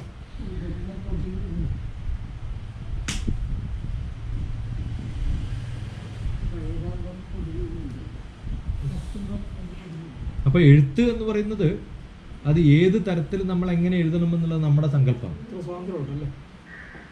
ഒരു സെൻസറിങ് ഇല്ലാത്ത ഒരു സംഭവം ബുക്സ് എഴുതൽ മാത്രമല്ല. സെൻസറിങ് ഇല്ലാത്ത ഒരു സാധനം ബുക്സ് മാത്രമായി ലോകത്ത്. നിങ്ങൾക്ക് എന്ത് വേണമെങ്കിൽ എഴുതാം. സിനിമ ഇറക്കുമ്പോഴല്ലേ സെൻസർ ബോർഡ് ഉള്ളൂ. എഴുത്തുകാരൻ എവിടെ സെൻസർ ബോർഡ്?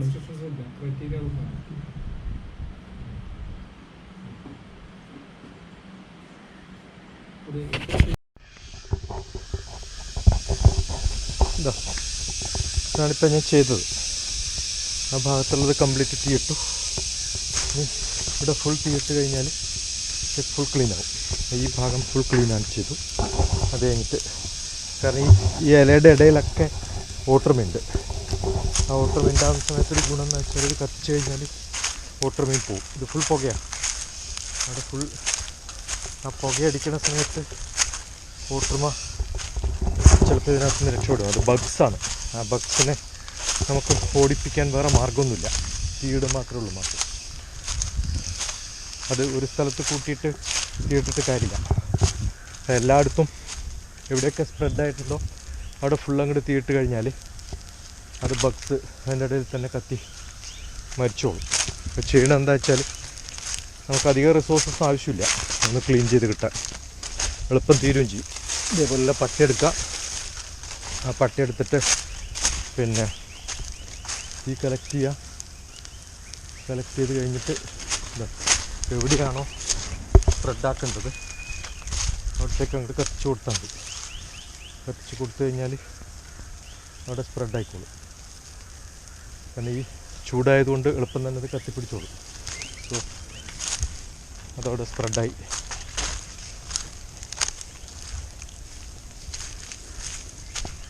കുറച്ച് പോലെയുള്ള സ്ഥലത്തൊക്കെ അങ്ങോട്ട് സ്പ്രെഡായി കൊടുത്തു കഴിഞ്ഞാൽ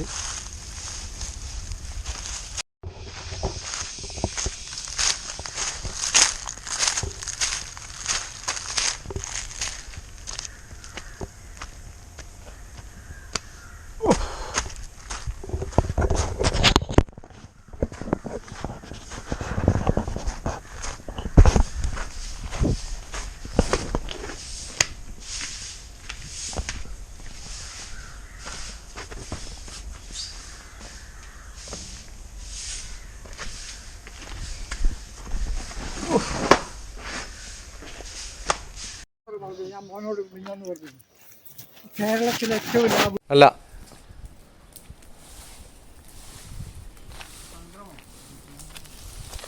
തിലകൻ മരിച്ചിട്ട് പാട്ടുകാരനായിട്ട്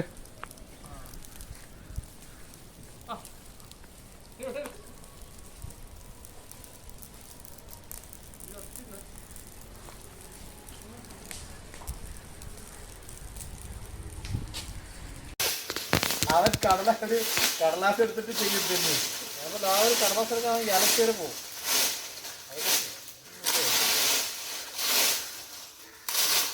ആ 3 പ്രാവശ്യം പോണ എനിക്ക് കൂൾ ഡ്രിങ്ക്സ് കുടിക്കാനാണ് ഞാൻ കഴിക്കാൻ. നീ കൂൾ ഡ്രിങ്ക്സ് കുടിക്കും പോയിട്ട്.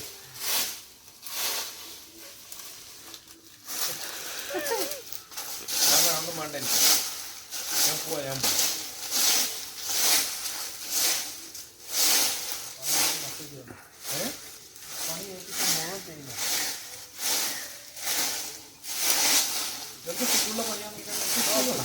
ഞാനിപ്പോ ഷൂട്ടിലാണ് ഞാൻ ഈ പണി ചെയ്യുന്നത്.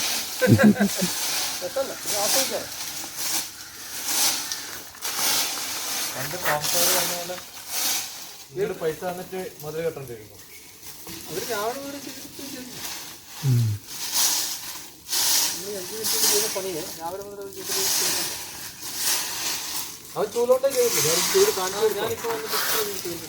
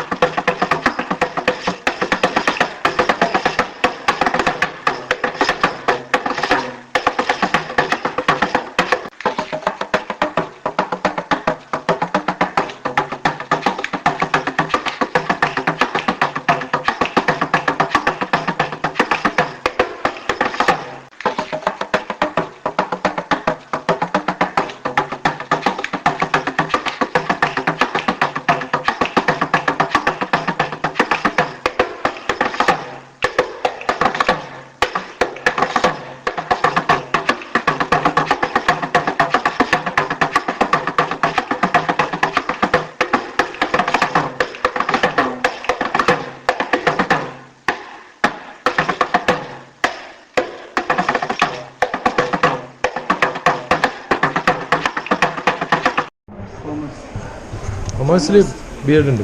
+1 +2 തുടങ്ങിയതിന് ശേഷം കൊമേഴ്സ് ബി എഡ് തുടങ്ങി. പണ്ട് ഉണ്ടായിരുന്നില്ല. Commerce was out of 10th. അപ്പോൾ അവർ ചെയ്യാറുണ്ടായിരുന്നു.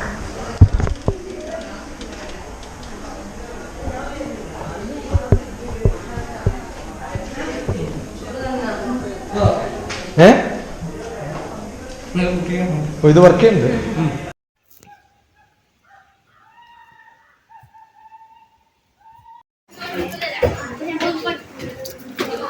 ഓം ഭൂർഭുവസ്വഃ തത്സവിതുർവരേണ്യം ഭർഗോ ദേവസ്യ ധീമഹി ധിയോ യോ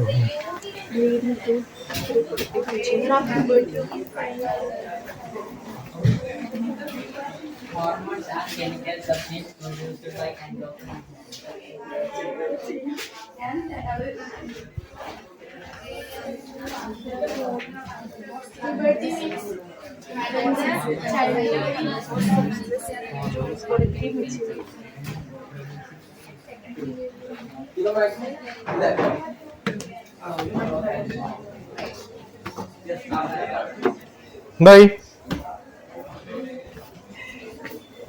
എന്തായി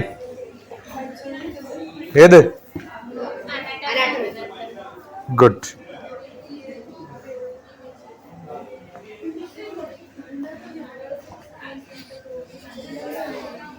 ഇത് ഇപ്പൊ പഠിക്കാൻ വേണ്ടിയിട്ട് മാത്രമല്ല, ഓരോ വിഷയം എടുത്തിട്ട് നിങ്ങൾ ഇങ്ങനെ കമ്പൈൻഡ് ആയിട്ട് പഠിച്ചാൽ, ക്ലാസ് തുടങ്ങുന്നതിന് മുമ്പ് ഫുൾ പഠിച്ചിട്ട് ക്ലാസ് പോയിരുന്നാല് നിങ്ങൾക്ക് മനസ്സിലാവും ഇതാണ് ഇതുവരെ നമ്മൾ ചെയ്യാണ്ടിരുന്നത്. അങ്ങനെയാണ് കംപ്ലീറ്റ് വിഷയത്തിൽ. ഓക്കെ, ആ സമയത്ത് രമേശ് കൊടക്കാട് എന്ന് പറഞ്ഞിട്ടൊരു മാർക്സിസ്റ്റ് പാർട്ടി നേതാവ്, പിന്നെ പഠിക്കുന്ന കാലത്ത് എൻ്റെ ക്ലാസ്മേറ്റ്, പെരുമ്പേലൊരു വിജയൻ, അവൻ ചായക്കട നടത്താണ്, പിന്നെ ഒരു വിജയകുമാർ, ഈ 4 ആള്, ഞാനും വിജയകുമാറും വിജയനും രമേശും, ഇതൊക്കെ റെക്കോർഡാണ്. ഈ 4 ആൾക്കാരും കൂടി തീരുമാനിച്ചു കഴിഞ്ഞ് ഞങ്ങൾ പഠിക്കുന്നു. അങ്ങനെയാണ് ഞാൻ 12ാം ക്ലാസ് പാസ്സായത്. ടീച്ചർമാർ പഠിപ്പിച്ചിട്ടല്ല, ഞങ്ങൾ 4 ആളും കൂടെ ഇരുന്ന് ഈ ഞാൻ ഉപയോഗിച്ച മെത്തേഡ് അന്ന് ഞാൻ ഉപയോഗിച്ച് പഠിച്ചു തുടങ്ങി. പക്ഷെ അവർക്കൊന്നും വലിയ ജോലിയൊന്നും കിട്ടില്ല. വിജയകുമാർ ബൈക്ക് ആക്സിഡന്റിൽ മരിച്ചു. അവൻ ഏതോ വെറ്റിനറി ഹോസ്പിറ്റലിൽ ക്ലർക്കോ എന്തായിരുന്നു. വിജയൻ കച്ചവടം നടത്തലായിരുന്നു. രമേശാണ് പിന്നെ ഏതോ ഒരു ഇൻഷുറൻസ് കമ്പനിയുടെ ക്ലർക്കായി. ഇത്രയൊക്കെ ആയിട്ടുള്ളൂ, റൈറ്റ്. പക്ഷെ ഞാൻ ആ മെത്തഡോളജി എപ്പോഴും ചെയ്തുകൊണ്ടിരുന്നു എൻ്റെ ജീവിതത്തിൽ. അപ്പം അതുകൊണ്ട് സ്വന്തം പഠിക്കാനും പഠിപ്പിക്കാനുള്ള കഴിവുണ്ടെങ്കിൽ, പഠിക്കാനും പഠിപ്പിക്കാനും, നിങ്ങൾ അറിയാണ്ട് മറ്റാളെ പഠിപ്പിക്കുന്നുണ്ട്, ഉണ്ടോ ഇല്ലയോ? ഡിസ്കസ് ചെയ്യുമ്പോൾ ഇയാൾക്ക് മനസ്സിലാവാത്ത ഇയാൾ പഠിപ്പിക്കുന്നില്ലേ, അല്ലേ? അപ്പൊ അതേപോലെ പറഞ്ഞു കൊടുക്കുമ്പോൾ പഠിപ്പിക്കുകയാണ് പഠിക്കാനുള്ള മെത്തേഡ്. ഓൾറെഡി പഠിച്ചു കഴിഞ്ഞു. അപ്പൊ അത് നല്ലോണം പഠിക്കുക, എല്ലാ വിഷയവും അങ്ങനെ പഠിക്കണം. മുകളിലുണ്ട്, ഇതാ വേഗം വാ. You can be successful in life if you can have that much confidence. Confidence is the key of success. If you want to be successful, you must have confidence. Confidence ഉണ്ടായാൽ സക്സസ് ഉണ്ടാവണമെന്നില്ല. എനിക്ക് hard work അല്ല, confidence ഉണ്ടെന്നിട്ട് ഞാൻ വെള്ളത്തിൽ ചാടി നീന്തറിയില്ലെങ്കിൽ എന്ത് പറ്റും? സക്സസ്ഫുള്ളി ചാവും. Skill is more important. ഞാൻ ആ പറഞ്ഞ ഫോർമുലയില്ലേ, performance is equal to skill plus opportunity plus attitude. ആപ്റ്റിറ്റ്യൂഡിന്റെ ഭാഗമാണ് കോൺഫിഡൻസ്. ആറ്റിറ്റ്യൂഡിന് കുറേ പാരാമീറ്റേഴ്സ് ഉണ്ട്, അതിലൊരു പാരാമീറ്ററാണ് കോൺഫിഡൻസ്, റൈറ്റ്. എനിക്ക് വണ്ടി ഓടിക്കാനുള്ള കോൺഫിഡൻസ് ഉണ്ട്, ഓടിക്കാൻ അറിയില്ലെങ്കിലോ? മനസ്സിലാവുണ്ടോ? അപ്പൊ അതിന്റെ കൂടെ എന്ത് കൂടി ഉണ്ടാക്കിയെടുക്കണം? സ്കില്ല്. പക്ഷെ പലർക്കും ഉള്ളത് എന്തുകൊണ്ടാണ് ഇങ്ങനെ പലരും എഴുതുന്ന വെച്ചാൽ, പലർക്കും സ്കില്ലുണ്ട്, കോൺഫിഡൻസ് ഇല്ല. അതുകൊണ്ടാണ് ജനറൽ ആയിട്ട് പബ്ലിക് അങ്ങനെ എഴുതുന്നത്. ഇപ്പൊ കുറേ ട്രെയിനേഴ്സ് ഉണ്ടല്ലോ കേരളത്തിൽ. അവരൊക്കെ പറയുന്നത് നിങ്ങൾക്ക് കോൺഫിഡൻസ് ഉണ്ടായാൽ മതി എന്നാണ്. പക്ഷെ ഞാൻ അതിനെ ഓപ്പോസ് ചെയ്യുന്ന ഒരാളാണ്. കോൺഫിഡൻസ് ഉണ്ടായാൽ പോരാ. കോൺഫിഡൻസ് ഉണ്ടായാൽ ചിലപ്പോൾ എനിക്ക് തെങ്ങിന്റെ മുകളിൽ കയറാൻ പറ്റും, പക്ഷെ ഇറങ്ങാൻ പറ്റില്ല. ഇറങ്ങണമെങ്കിൽ കുറച്ചും കൂടി ധൈര്യം വേണം. കാരണം കയറുമ്പോൾ മുകളിലോട്ടാണ് നോക്കുന്നത്, ഭയം ഉണ്ടാവില്ല. നമ്മൾ സ്ഥിരം മുകളിലല്ലേ നോക്കുന്നത്. എപ്പോഴാ ധൈര്യം പോകണമെന്ന് അറിയോ? താഴത്തോട്ട് നോക്കുമ്പോൾ, right. So confidence is not a clean check എന്നാ പറയാ ഞാൻ. നീന്തറിയോന്ന് ചോദിക്കും പലരോട്. ഓ അറിയുന്നു, ഉറപ്പായിട്ട് നീന്താൻ പറ്റും. നീന്താൻ പറ്റുന്നു. കടലിന്റെ നടുക്കൊണ്ടിട്ടാലോ ബോധക്കേടുണ്ടാവും. കാരണം ഇതുവരെ അത് എക്സ്പീരിയൻസ് ചെയ്തിട്ടില്ലല്ലോ. അപ്പൊ ഏത് സിറ്റുവേഷനിലും എനിക്ക് ചെയ്യാൻ പറ്റുമെന്നുള്ള ധൈര്യം വേണ്ട. അതിനെയല്ല കോൺഫിഡൻസ് എന്ന് പറയാ, അതിനെ ഓവർ കോൺഫിഡൻസ് എന്ന് പറയാം. അപ്പൊ എന്തുണ്ടാവണം? കോൺഫിഡൻസ് ഉണ്ടാവണം, പക്ഷെ എന്തുണ്ടാവരുത്? ഓവർ കോൺഫിഡൻസ് ഉണ്ടാവരുത്. ഓക്കെ, ഓവർ കോൺഫിഡൻസ് ഉണ്ടായാൽ സാഹസം ചെയ്യുന്ന പറയാം. ഉദ്യമം, സാഹസം, ധൈര്യം, ബുദ്ധി, ശക്തി, പരാക്രമം, ഷഠേതേ എത്ര വർത്തന്തേ ദൈവം തത്ര പ്രകാശയത്നാണ്. ഉദ്യമം സാഹസം, സാഹസാണ് കോൺഫിഡൻസ്, അതിസാഹസം ആവരുത്.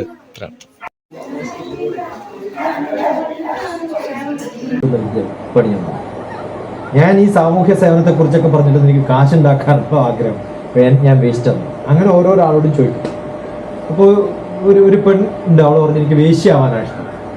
എന്താ കാരണം? കുറേ പേരെ സാറ്റിസ്ഫൈ ചെയ്യാം, പിന്നെ കാശുണ്ടാക്കാം.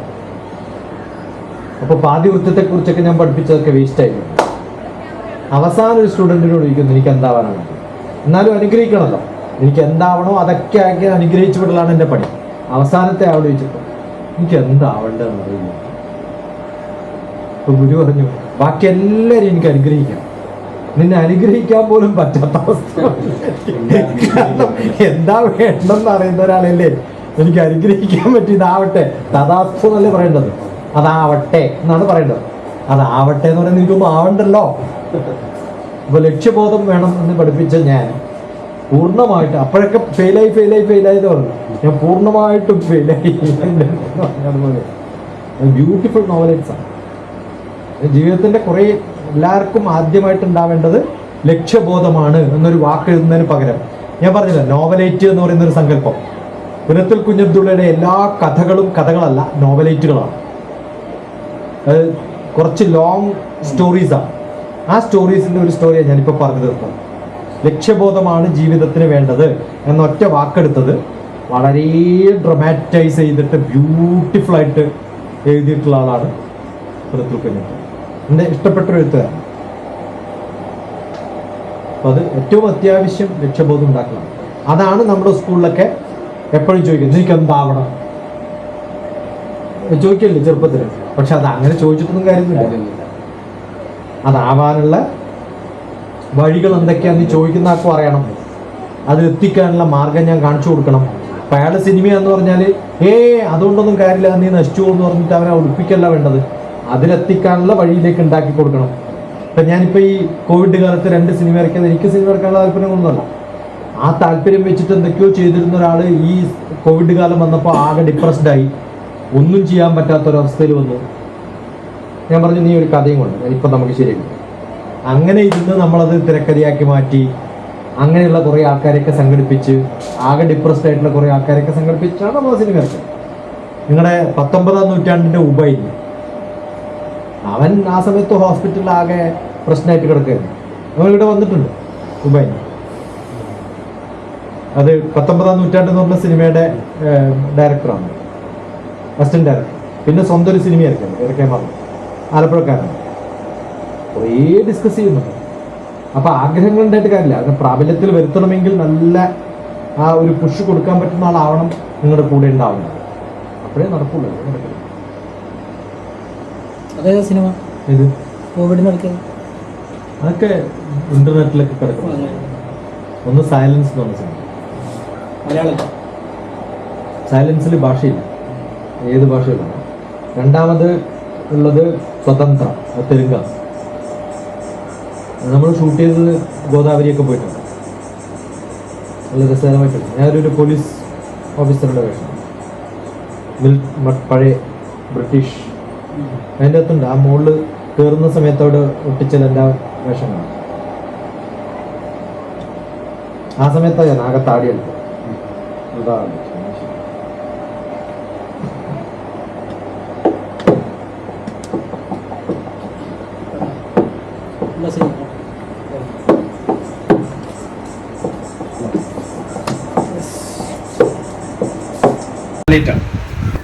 അപ്പോൾ കുറേ കൊല്ലത്തെ ഗൃഹസ്ഥാശ്രമത്തിൽ വന്ന് താമസിച്ച അയാളുടെ കൂടെ താമസിച്ച ഗുരുവിൻ്റെ അങ്ങനെയാണല്ലോ പണ്ട്. താമസിച്ചു കഴിഞ്ഞ അവസാനം കോൺവക്കേഷൻ, അവസാന ദിവസത്തെ ക്ലാസ്സിൽ അനുഗ്രഹിച്ച് പറഞ്ഞു വിടുന്നു. ആ പറഞ്ഞു വിടുന്ന ദിവസം ഓരോ ശിഷ്യനോടും ചോദിക്കുകയാണ് നിനക്ക് എന്താവാനാണ് ആഗ്രഹം. ആദ്യത്തെ ശിഷ്യനോട് ബ്യൂട്ടിഫുൾ ആയിട്ട് ബ്രദർ കുഞ്ഞബ്ദുള്ള എഴുത്ത് എപ്പോഴും മനുഷ്യനുമായിട്ട് അടുപ്പിക്കുന്ന എഴുത്താണ്. ഇപ്പൊ കൃത്യമായിട്ട് അതിന് കുറിക്ക് കൊള്ളുന്ന വാക്ക് പറയാൻ പറ്റുന്നതാണ്. അപ്പൊ ഗുരു ചോദിക്കുകയാണ് ആദ്യത്തെ സ്റ്റുഡൻറ്റിനോട് നിനക്ക് എന്താവണം. അപ്പൊ ശിഷ്യൻ പറയുന്നത് എനിക്ക് മിലിറ്ററി ചേരാനാണ് ഇഷ്ടം. അപ്പൊ ഗുരു പറയാ കഴിഞ്ഞ 4 വർഷമായിട്ട് സമാധാനത്തിനെ കുറിച്ച് ഞാൻ ക്ലാസ് എടുത്തു. അവസാനം നിനക്ക് യുദ്ധം ചെയ്യാനാണല്ലോ മോനെ ഇഷ്ടം. അപ്പൊ ഞാൻ വേസ്റ്റാന്ന് മനസ്സിലായി. ഞാൻ വേസ്റ്റ്, എന്നെ പഠിപ്പിച്ചൊന്നും നിന്റെ തലയിൽ കയറിയിട്ടില്ല. അടുത്ത ചോദ്യം ചോദിച്ചത് അടുത്ത ആളും എനിക്കെന്താവണം. അപ്പൊ പറഞ്ഞു ഡോക്ടർ ആവണം. ഓ സന്തോഷമായി, ഒരാൾക്ക് ഡോക്ടർ ആവാൻ ആഗ്രഹമുണ്ട്. അപ്പൊ ഡോക്ടർ ആവാൻ ആഗ്രഹമുണ്ടെന്ന് പറഞ്ഞപ്പോ ഭയങ്കര ഹാപ്പിയായി. അപ്പൊ ചോദിച്ചു എന്തിനാ ഡോക്ടർ ആവണം? ഏറ്റവും കൂടുതൽ കാശ് കിട്ടുന്ന പണിയാണ്. ഞാൻ ഈ സാമൂഹ്യ സേവനത്തെ കുറിച്ചൊക്കെ പറഞ്ഞിട്ട് എനിക്ക് കാശ് ഉണ്ടാക്കാനുള്ള ആഗ്രഹം, ഞാൻ വേസ്റ്റാണ്. അങ്ങനെ ഓരോരോ ആളോട് ചോദിക്കും. അപ്പോൾ ഒരു പെണ്ണുണ്ട്, അവള് പറഞ്ഞു എനിക്ക് വേശ്യാവാനാണ് ഇഷ്ടം. എന്താ കാരണം? കുറെ പേരെ സാറ്റിസ്ഫൈ ചെയ്യാം, പിന്നെ കാശുണ്ടാക്കാം. അപ്പൊ പാതിവൃത്യത്തെ കുറിച്ചൊക്കെ ഞാൻ പഠിപ്പിച്ചതൊക്കെ വേസ്റ്റ് ആയിരുന്നു. അവസാനം ഒരു സ്റ്റുഡന്റിനോട് ചോദിക്കുന്നു എനിക്ക് എന്താവാനാണ്. എന്നാലും അനുഗ്രഹിക്കണമല്ലോ, എനിക്ക് എന്താവണോ അതൊക്കെ ആക്കി അനുഗ്രഹിച്ചു വിടലാണ് എന്റെ പണി. അവസാനത്തെ ആളോട് ചോദിച്ചു എനിക്ക് എന്താവേണ്ടത്. ഗുരു പറഞ്ഞു ബാക്കി എല്ലാവരും എനിക്ക് അനുഗ്രഹിക്കാം, നിന്നെ അനുഗ്രഹിക്കാൻ പോലും പറ്റാത്ത അവസ്ഥ. എന്താ വേണ്ടെന്ന് അറിയുന്ന ഒരാളല്ലേ എനിക്ക് അനുഗ്രഹിക്കാൻ പറ്റിയതാവട്ടെ, തഥാസ്തു എന്നല്ല പറയേണ്ടത്, അതാവട്ടെ എന്നാണ് പറയേണ്ടത്. അതാവട്ടെ എന്ന് പറയുന്നത് എനിക്കൊന്നും ആവണ്ടല്ലോ. അപ്പൊ ലക്ഷ്യബോധം വേണം എന്ന് പഠിപ്പിച്ച ഞാൻ പൂർണ്ണമായിട്ട്, അപ്പോഴൊക്കെ ഫെയിലായി എന്ന് പറഞ്ഞു. ഞാൻ പൂർണ്ണമായിട്ടും ഫെയിലായി. ബ്യൂട്ടിഫുൾ നോവലേജ് ആണ് ജീവിതത്തിന്റെ കുറെ. എല്ലാവർക്കും ആദ്യമായിട്ട് ഉണ്ടാവേണ്ടത് ലക്ഷ്യബോധമാണ് എന്നൊരു വാക്ക് എഴുതുന്നതിന് പകരം ഞാൻ പറഞ്ഞില്ല, നോവലൈറ്റ് എന്ന് പറയുന്നൊരു സങ്കല്പം. പുനത്തിൽ കുഞ്ഞബ്ദുള്ളയുടെ എല്ലാ കഥകളും കഥകളല്ല, നോവലൈറ്റുകളാണ്. അത് കുറച്ച് ലോങ് സ്റ്റോറീസാണ്. ആ സ്റ്റോറീസിന്റെ ഒരു സ്റ്റോറിയാണ് ഞാനിപ്പോ പറഞ്ഞു തീർക്കും. ലക്ഷ്യബോധമാണ് ജീവിതത്തിന് വേണ്ടത് എന്ന ഒറ്റ വാക്കെടുത്തത് വളരെ ഡ്രമാറ്റൈസ് ചെയ്തിട്ട് ബ്യൂട്ടിഫുൾ ആയിട്ട് എഴുതിയിട്ടുള്ള ആളാണ് എന്റെ ഇഷ്ടപ്പെട്ടൊരു എഴുത്തുകാരൻ. അപ്പൊ അത് ഏറ്റവും അത്യാവശ്യം ലക്ഷ്യബോധം ഉണ്ടാക്കാം. അതാണ് നമ്മുടെ സ്കൂളിലൊക്കെ എപ്പോഴും ചോദിക്കുന്നത് എനിക്ക് എന്താവണം ചോദിക്കല്ലേ ചെറുപ്പത്തില്. പക്ഷെ അത് അങ്ങനെ ചോദിച്ചിട്ടൊന്നും കാര്യമൊന്നും. അതാവാനുള്ള വഴികൾ എന്തൊക്കെയാണെന്ന് ചോദിക്കുന്ന ആർക്കും അറിയണം. അതിലെത്തിക്കാനുള്ള മാർഗം ഞാൻ കാണിച്ചു കൊടുക്കണം. അപ്പൊ അയാള് സിനിമ എന്ന് പറഞ്ഞാല് അതുകൊണ്ടൊന്നും കാര്യമില്ല, നീ നശിച്ചു എന്ന് പറഞ്ഞിട്ട് അവനെ ഒളിപ്പിക്കല്ല വേണ്ടത്. അതിലെത്തിക്കാനുള്ള വഴിയിലേക്ക് ഉണ്ടാക്കി കൊടുക്കണം. ഇപ്പൊ ഞാനിപ്പോ ഈ കോവിഡ് കാലത്ത് 2 സിനിമ ഇറക്കിയത് എനിക്ക് സിനിമ ഇറക്കാനുള്ള താല്പര്യമൊന്നുമല്ല. ആ താല്പര്യം വെച്ചിട്ട് എന്തൊക്കെയോ ചെയ്തിരുന്ന ഒരാള് ഈ കോവിഡ് കാലം വന്നപ്പോ ആകെ ഡിപ്രസ്ഡ് ആയി, ഒന്നും ചെയ്യാൻ പറ്റാത്തൊരവസ്ഥയിൽ വന്നു. ഞാൻ പറഞ്ഞു നീ ഒരു കഥയും കൊണ്ട് ഇപ്പൊ നമുക്ക് ശരി. അങ്ങനെ ഇരുന്ന് നമ്മളത് തിരക്കഥയാക്കി മാറ്റി, അങ്ങനെയുള്ള കുറെ ആൾക്കാരെയൊക്കെ സംഘടിപ്പിച്ച്, ആകെ ഡിപ്രസ്ഡ് ആയിട്ടുള്ള കുറെ ആൾക്കാരെയൊക്കെ സംഘടിപ്പിച്ചാണ് നമ്മൾ സിനിമ കളിച്ചത്. നിങ്ങളുടെ 19-ാം നൂറ്റാണ്ടിന്റെ ഉബൈൽ, അവൻ ആ സമയത്ത് ഹോസ്പിറ്റലിൽ ആകെ പ്രശ്നമായിട്ട് കിടക്കുകയാണ്. അവനിവിടെ വന്നിട്ടുണ്ട് ഉബൈൽ. അത് 19-ാം നൂറ്റാണ്ട് എന്ന് പറഞ്ഞ സിനിമയുടെ ഡയറക്ടറാണ്, അസിസ്റ്റന്റ് ഡയറക്ടർ. പിന്നെ സ്വന്തം ഒരു സിനിമ ഇറക്കാൻ പറഞ്ഞു, ആലപ്പുഴക്കാരൻ. കുറേ ഡിസ്കസ് ചെയ്യുന്നു. അപ്പൊ ആഗ്രഹങ്ങൾ ഉണ്ടായിട്ട് കാര്യമില്ല, അതിനെ പ്രാബല്യത്തിൽ വരുത്തണമെങ്കിൽ നല്ല ആ ഒരു പുഷ് കൊടുക്കാൻ പറ്റുന്ന ആളാവണം നിങ്ങളുടെ കൂടെ ഉണ്ടാവണ്ട. അപ്പോഴേ നടക്കൂല.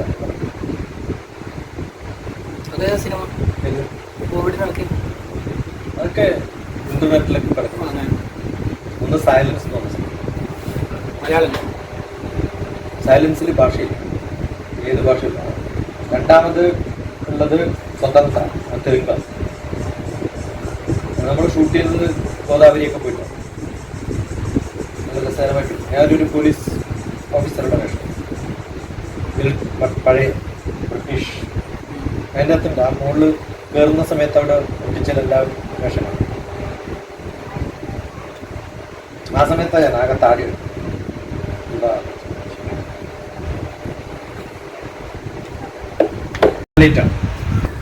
അപ്പൊ കുറേ കൊല്ലത്തെ ഗൃഹസ്ഥാശ്രമത്തിൽ വന്ന് താമസിച്ച അയാളുടെ കൂടെ താമസിച്ച ഗുരുവിന്റെ അങ്ങനെയാണല്ലോ പണ്ട്. താമസിച്ചു കഴിഞ്ഞ അവസാനം കോൺവക്കേഷൻ, അവസാന ദിവസത്തെ ക്ലാസ്സിൽ അനുഗ്രഹിച്ച് പറഞ്ഞു വിടുന്നു. ആ പറഞ്ഞു വിടുന്ന ദിവസം ഓരോ ശിഷ്യനോടും ചോദിക്കണം എനിക്ക് എന്താവാനാണ് ആഗ്രഹം. ആദ്യത്തെ ശിഷ്യനോട് ബ്യൂട്ടിഫുൾ ആയിട്ട് ബ്രദർ കുഞ്ഞപ്പൂരിന്റെ എഴുത്ത് എപ്പോഴും മനുഷ്യനുമായിട്ട് അടുപ്പിക്കുന്ന എഴുത്താണ്. ഇപ്പൊ കൃത്യമായിട്ട് അതിന് കുറിക്ക് കൊള്ളുന്ന വാക്ക് പറയാൻ പറ്റുന്നതാണ്.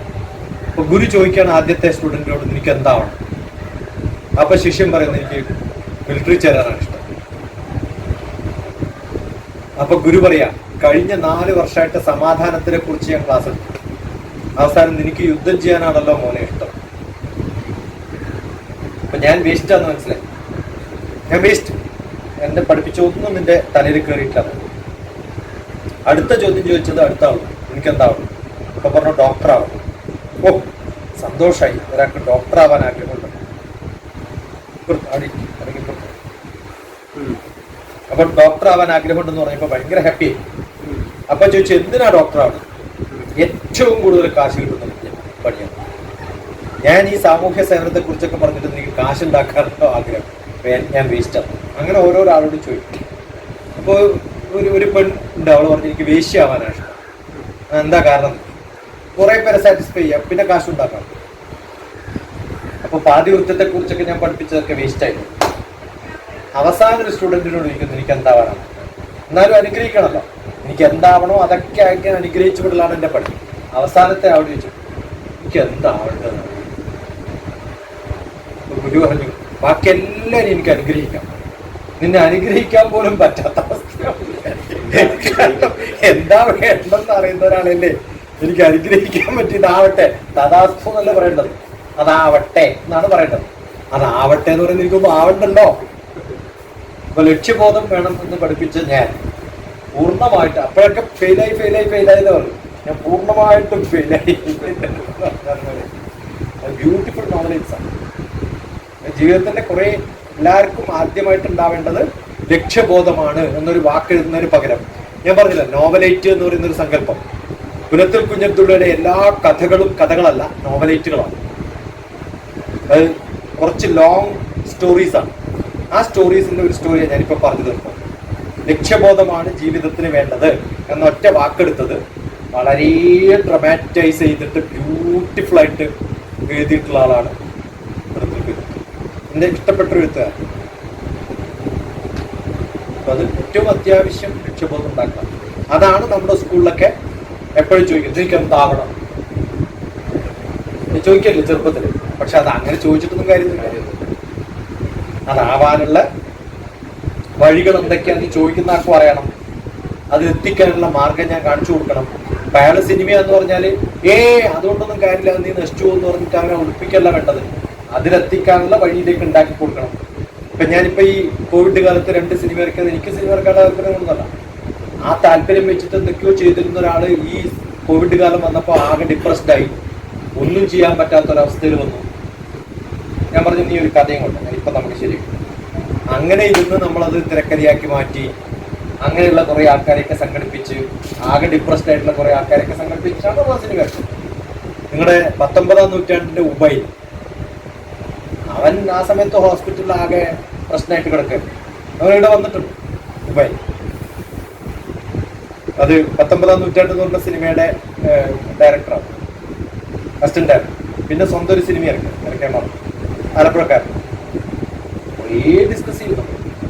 അപ്പൊ ആഗ്രഹങ്ങൾ ഉണ്ടായിട്ട് കാര്യമില്ല, അതിനെ പ്രാബല്യത്തിൽ വരുത്തണമെങ്കിൽ നല്ല ആ ഒരു പുഷ് കൊടുക്കാൻ പറ്റുന്ന ആളാവണം നിങ്ങളുടെ കൂടെ ഉണ്ടാവണം. അപ്പോഴേ നടക്കൂല.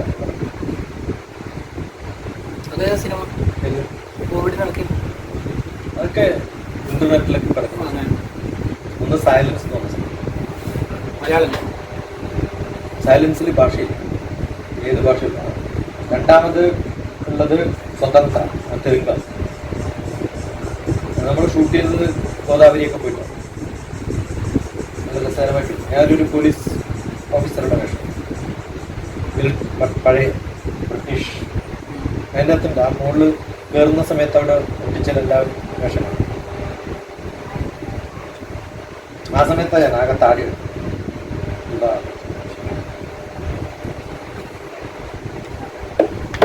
ഇത് ഇങ്ങനെ ഈ സാധനം അയക്കാം. ഏത് അത് ഷറഫിനോട് പറഞ്ഞിട്ട് അല്ലെങ്കിൽ ഏതെങ്കിലും കാർപ്പൻ്റർ അടുത്ത് നമ്മുടെ അടുത്ത് പോവാം. എന്നിട്ട് പോയിട്ട് ഈ സാധനം അഴിക്കും. എന്നിട്ട് ഫുൾ റോഡ് വിടും. ആ റോഡിന്റെ താഴത്ത് നെട്ടിടുക, മുകളിൽ നെട്ടിടുക, ഉള്ളിലിടരുത്. എന്നിട്ട് ഇങ്ങനെ കറക്കുവാണ്. ആ കറക്കുമ്പോൾ ആദ്യം സർക്കിൾ തന്നെയായിരിക്കും, കുറച്ച് കഴിയുമ്പോൾ അത് ഇങ്ങനെ ആവുന്നു. അതാണ് ഭൂമി ഇങ്ങനെ കറങ്ങുമ്പോൾ ഇക്വേറ്ററിൽ വീതി കൂടുതലും, ബാക്കി നമ്മുടെ മനസ്സിലായോ? ഇങ്ങനെ കറങ്ങുമ്പോൾ ഓട്ടോമാറ്റിക്കായിട്ട് അങ്ങനെയാവും. മനസ്സിലായോ? അങ്ങനെ ഫാസ്റ്റ് ആയിട്ട് കറക്കുമ്പോൾ ഇതിങ്ങനെ ഒരു ഒരു ഭൂമി തന്നെയാണ് തോന്നുന്നത്. എന്ത് രസമായിരിക്കുന്നത്. ഇത് ഇങ്ങനെയൊക്കെയാണ് നമ്മൾ ക്ലാസ് പഠിപ്പിക്കുക, ടീച്ചർ ട്രെയിനിങ്. എനിക്കിതൊക്കെ ഗൾഫിലൊക്കെ പോകുമ്പോൾ ഞാൻ 4 സ്കെയിലെല്ലാം മേടിച്ചതെല്ലാം ഉണ്ടാക്കിയിട്ട് കൊണ്ടുപോയി കഴിഞ്ഞാൽ ആ സ്കൂളിൽ പോകും. അങ്ങനെ ഓരോ സ്കൂളിൽ പോകുമ്പോഴും ഇത് കാണാം നമുക്ക് പല സ്ഥലത്തും. കാരണം ഞാൻ പോകുന്നിടത്തൊക്കെ ഇത് ഗിഫ്റ്റ് ആയിട്ട് കൊടുക്കും. കാരണം ഇത് പിന്നെ തൂക്കി പിടിച്ച് ഇങ്ങോട്ട് കൊണ്ടുവരേണ്ട കാര്യമൊന്നുമില്ല. ഇങ്ങനെ കുറേ സംഭവങ്ങൾ നമുക്ക് ഉണ്ടാക്കാം, വളരെ സിമ്പിൾ ആയിട്ടുള്ള സാധനം.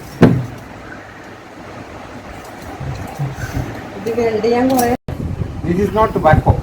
Vacuum means no air also. If air is not there, nothing can move. But what is it making? When I am talking to you, there is a vibration which is coming to you. So the sound needs a medium to travel. That medium is the air. If I have to make wave, if I have to make vibration, if I have to make this fan to give air, there has to be air. What is coming? Hawa, hawa. Air is coming. You understood? Wind means air. Sound means air. So what happens is, the vibration from my throat makes a frequency. That frequency push the air and then goes into your eardrum. Push it in same fashion. So that converts into sound. So there is a medium required. It cannot be vacuum. Got it? Yeah. Stop. So you understood. Now what you should do is, all of you at home create 10 questions from the chapter. And then ask that other girl, answer if you can. Don't show that question. Write the question and send. Ask. You must get to the next class, next book and do the same. It's only a trial. Create 10 questions, distribute to all the other 4. They will also create a question, get it. So all of you got 40 questions from your chapter. No one in this world can ask better questions, sir. So not learning answer for question is important. Creating questions are important. So if you can ask good questions, then you are a real student. So ask me your question. What is sound? Sound is a vibration. Light is a vibration. Heat is a vibration. That's what I said. It's a vibration of air. What is light? വളരെ slow ആയിട്ട് പറയുന്ന ഒരു session വേണമെങ്കിൽ ഞാൻ കേൾപ്പിക്കാം. ഈ പുസ്തകം ഞാൻ പുസ്തകം എഴുതിയിട്ടുണ്ടെന്ന് പറയുമ്പോൾ, ഈ പുസ്തകം ആ കുട്ടിയുടെ അമ്മ കേട്ട് പറഞ്ഞ സമയത്ത് അമ്മ മോളോട് പറഞ്ഞു, talk to doctor TPS and then learn what he has written എന്ന് പറഞ്ഞിട്ട് കാലിഫോർണിയ എന്നൊരു കുട്ടി എൻ്റെ അടുത്ത് സംസാരിച്ച ഒരു വീഡിയോ നിങ്ങളൊരു 10 പ്രാവശ്യം കേട്ടാൽ നിങ്ങളുടെ കമ്മ്യൂണിക്കേഷൻ സ്കില്ലിൽ ഒന്നല്ല, കുറേ വീഡിയോസ് ഉണ്ട്, സെറ്റ് ഓഫ് വീഡിയോസ് ഉണ്ട്. കാരണം ഓരോ വാക്കുകളും എനിക്ക് തന്നെ അറിയില്ല. നമ്മളെ ബേസിക് നോളജ് എന്ന് പറയുന്നത് ഇവിടുത്തെ മാഷന്മാരും ടീച്ചർമാരും പഠിപ്പിച്ചതാണ്. കേൾക്കുമ്പോൾ എങ്ങനെ റെസ്പോണ്ട് ചെയ്യണം. ഇപ്പൊ നിങ്ങൾ ഇരിക്കുന്ന പോലെയല്ല റെസ്പോണ്ട് ചെയ്യും. ആഹാ, യെസ്, പ്ലീസ് ടെൽ മീ. അത് കേൾക്കുമ്പോൾ നമുക്കൊരു സുഖം ഉണ്ടാവും, പറയാൻ തോന്നും. ഒരു ഡിസ്കഷൻ 6 മണിക്കൂറാണ്. അത് ബിറ്റ് ആയിട്ട് ഞാൻ കുറേ പീസസ് ഇട്ടിട്ടുണ്ട്. ഓക്കെ, ഒരു 160ഓളം. പിന്നെ ഇൻഫോർമൽ എഡ്യൂക്കേഷൻ പഠിപ്പിക്കാൻ നമ്മുടെ ചുറ്റുമുള്ള നമ്മുടെ കുറേ പാരമ്പര്യങ്ങൾ, വാല്യൂ സിസ്റ്റംസ്, അതൊന്നും നിങ്ങളുടെ ബുക്കിൽ ഉണ്ടാവില്ല. ഇപ്പൊ ബിടെക്കിന് പോലും ഒരു പേപ്പർ ഉണ്ട്, ഇന്ത്യൻ വാല്യൂ സിസ്റ്റംസ്. അതാണ് ഇപ്പൊ ഇടയ്ക്ക് ഈ കോൺഫറൻസ് ഒക്കെ നടത്താൻ അവരെ നിർബന്ധിക്കുന്നത്. റൈറ്റ്, ബിടെക്കിനൊക്കെ ഉണ്ട് വാല്യൂ സിസ്റ്റംസ് പഠിപ്പിക്കാൻ. ഇത് ഭാരതീയമായിട്ടുള്ള വാല്യൂ സിസ്റ്റംസ് 108 പോയിന്റ്സ് ആയിട്ട് ഞാൻ എഴുതിയിട്ടുള്ള ബുക്കാണ്. അപ്പൊ ഇതിന്റെയൊക്കെ ഡോക്യുമെന്റേഷൻ കഴിഞ്ഞതിന് ശേഷമാണ് ഇത് ടീച്ചേഴ്സ് ട്രെയിനിങ് പ്രോഗ്രാം. ഇത് ഫണ്ടമെന്റൽ എഡ്യൂക്കേഷൻ ടീച്ചേഴ്സ്. ഇതിനകത്തൊക്കെ നിങ്ങൾക്ക് യോഗ യൂണിവേഴ്സിറ്റിന്റെ പേര് കാണാം. പിന്നെ ഇത് ഇംപ്ലിമെന്റ് ചെയ്യുന്ന ഒരു ഗ്രൂപ്പ് എന്ന് പറയുന്നത് national foundation four foundation teachers ആണ്. ഏറ്റവും ഫൗണ്ടേഷൻ എന്ന് പറഞ്ഞാൽ ഇതാണ് സ്ട്രോങ് ആവണം. ആ ഫൗണ്ടേഷൻ ടീച്ചേഴ്സിന്റെ കീഴിലാണ് ഈ ബുക്കൊക്കെ നമ്മൾ പബ്ലിഷ് ചെയ്തിരിക്കുന്നത്. National institute four foundation teachers. അപ്പൊ ഈ സെന്ററുകളിലൊക്കെ നിങ്ങൾക്ക് national foundation four foundation teachers, institute four foundation teachers ഉള്ള ബോർഡ് വെക്കാം. പിന്നെ മെന്റൽ കെയർ എന്ന് പറയുന്നതിന്റെ ബോർഡ് വെക്കാം. ശിക്ഷാ ഗുരുകുലം എന്നുള്ളതിന്റെ ബോർഡ് വെക്കാം.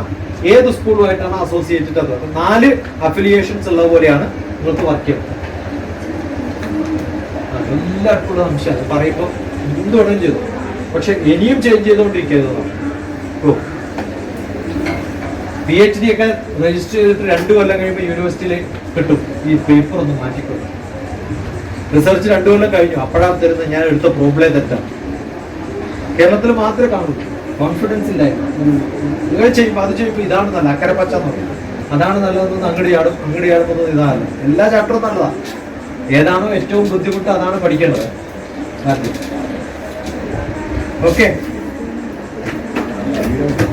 ഒരു 160ഓളം.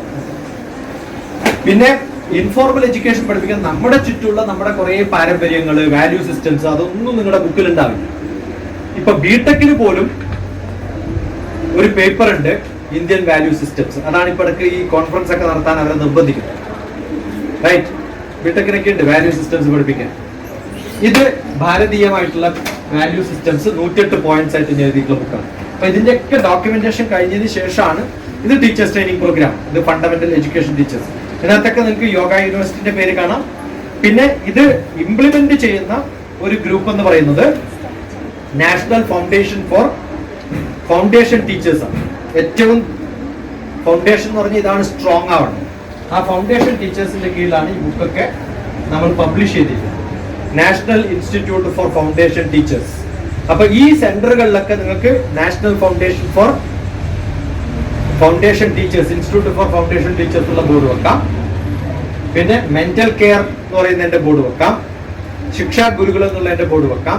ഏത് സ്കൂളുമായിട്ടാണ് അസോസിയേറ്റഡ് അത് 4 അഫിലിയേഷൻസ് ഉള്ള പോലെയാണ് നിങ്ങൾക്ക് വർക്ക് ചെയ്യുന്നത്. എല്ലാവർക്കും ഉള്ള അംശമാണ് പറയുമ്പോൾ എന്ത് വേണം ചെയ്തു, പക്ഷെ ഇനിയും ചേഞ്ച് ചെയ്തുകൊണ്ടിരിക്കുന്നതാണ്. PhD ഒക്കെ രജിസ്റ്റർ ചെയ്തിട്ട് 2 കൊല്ലം കഴിയുമ്പോൾ യൂണിവേഴ്സിറ്റിയിൽ കിട്ടും ഈ പേപ്പർ ഒന്ന് മാറ്റിക്കൊടുക്കും. റിസർച്ച് 2 കൊല്ലം കഴിഞ്ഞു, അപ്പോഴാണ് തരുന്നത് ഞാൻ എടുത്ത പ്രോബ്ലം തെറ്റാണ്. കേരളത്തിൽ മാത്രമേ കാണൂ. കോൺഫിഡൻസ് ഇല്ലായിരുന്നു. നിങ്ങൾ ചെയ്യുമ്പോൾ അത് ചെയ്യുമ്പോൾ ഇതാണ് നല്ല അക്കരെ പച്ച എന്ന് പറയും, അതാണ് നല്ലതെന്ന് അങ്ങടിയാടുന്നത് ഇതാണ്. എല്ലാ ചാപ്റ്ററും നല്ലതാണ്. ഏതാണോ ഏറ്റവും ബുദ്ധിമുട്ട് അതാണ് പഠിക്കേണ്ടത്. ഓക്കെ, ഒരു 160ഓളം.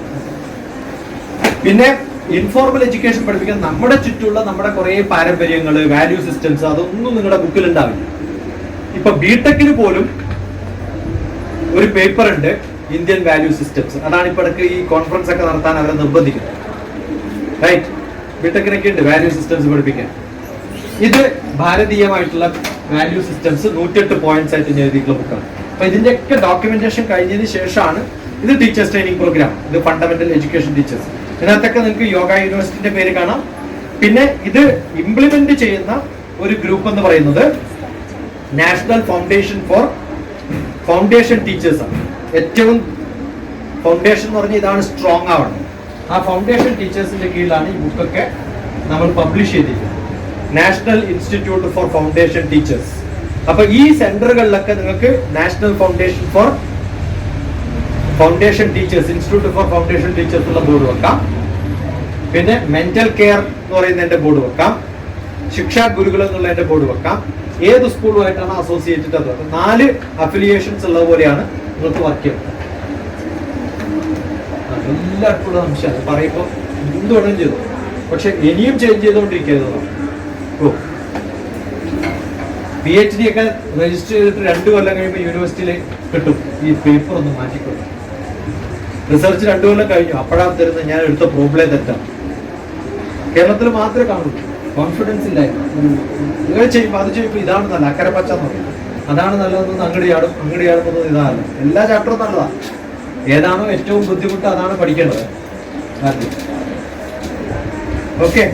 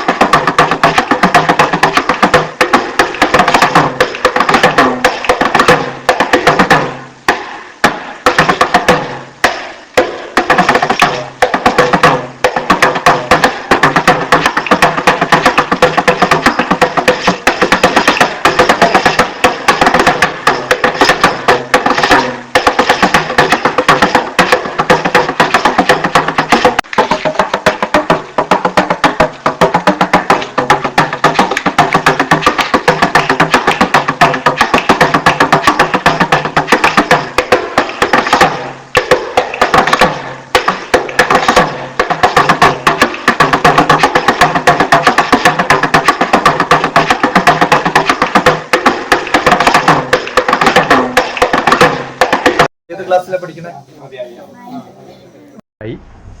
ആ ചെറിയ ചെറിയ ജീവികള് dharma is what, where, when, why, how I have to do is Dharma.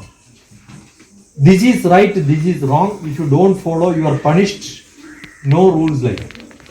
What is right and what is wrong depends on where am I doing, why am I doing, what for I am doing. All that depends on right and wrong.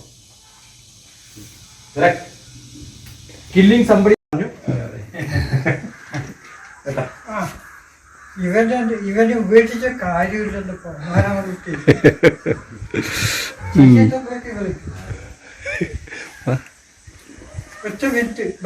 എല്ലായിടത്തും ആരാണുണ്ടെന്നോ? അപ്പൊ congratulation. ഓളന്ന് ഞാൻ ഇന്നലെ പറഞ്ഞതേ ഉള്ളൂ, കോളേജിൽ കണ്ടിരുന്നത്. എവിടെയാണ് ഇതല്ലേ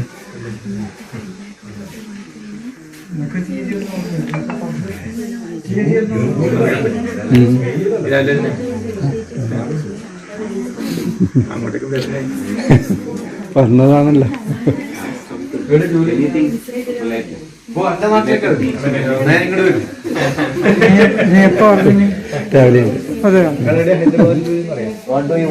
കുട്ടികളുടെ ഇവിടുത്തെ അടുത്തുള്ള സ്കൂളിൽ നിന്ന്.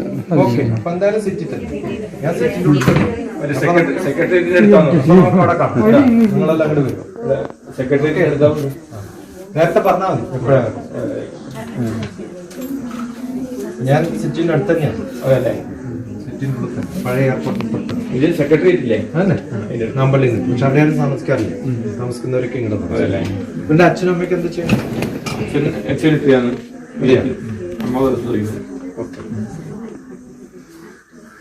അപ്പൊ എന്തായാലും ഇവിടെ എല്ലാം കാണട്ടെ.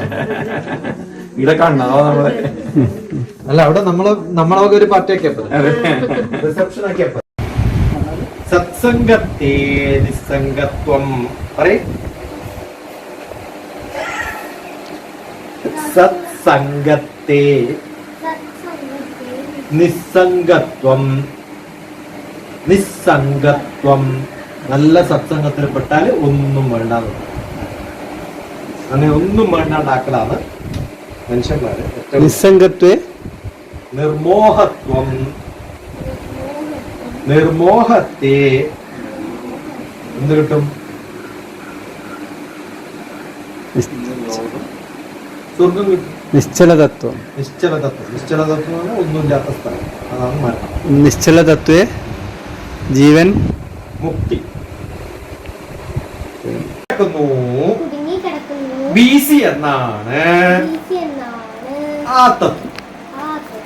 ABCDയിലുണ്ടൊരു തത്വം. കാലത്തിൻ തത്വം. ഏടിക്കുള്ളിൽ കുടുങ്ങിക്കിടക്കുന്നു. BC എന്നാണ് തത്വം. ഭേഷായി പഠിച്ചില്ലേ? ഇങ്ങനെയാണ് പഠിക്കുന്നത്. വടകര വളവിലൊരു 60 തെങ്ങുണ്ട്. 60 തെങ്ങിലും 60 പൊത്തുണ്ട്. 60 പൊത്തിലും 60 നത്തുണ്ട്. എന്നാൽ നത്തിന് കണ്ണെത്ര? വടകര വളവിൽ ഒരു 60 തെങ്ങുണ്ട്. 60 തെങ്ങിലും 60 പൊത്തുണ്ട്. 60 പൊത്തിലും 60 തത്തുണ്ട്. എന്നാൽ നത്തിന് കണ്ണെത്ര? സാധാരണ കണ്ണെത്ര ഉണ്ടാവും നത്തിന്? 60 പൊത്തിലുണ്ടെങ്കിലും കണ്ണിന് നത്ത് കത്ത് കാണും. കണ്ണല്ലേ ഉണ്ടാവുള്ളൂ. നീ ഇത് കുടിക്കാൻ നോക്കല്ലേ? എന്നാൽ നത്തിന് കണ്ണെത്ര?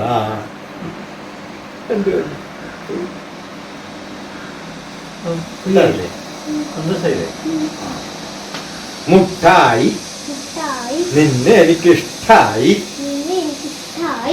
മുട്ടായി ഇഷ്ടായി. കിട്ടിയാൽ ഇഷ്ടായി, കിട്ടിയില്ലെങ്കിൽ കഷ്ടായി. എനിക്കറിയില്ല കുഞ്ഞുണ്ണി എഴുതിയിട്ടുണ്ടോ, ഇപ്പൊ ഞാൻ എഴുതി എന്ത് പറഞ്ഞാലും കുഞ്ഞുണ്ണി പറയാൻ എപ്പോഴോ എഴുതിയിട്ടുണ്ടോ നമ്മളങ്ങനെ അറിയാം, എന്നറിയില്ല. ആ എന്നൊരു ആന, ഈ എന്നൊരു ഈച്ച, ആന മുകളിലേ പോയി,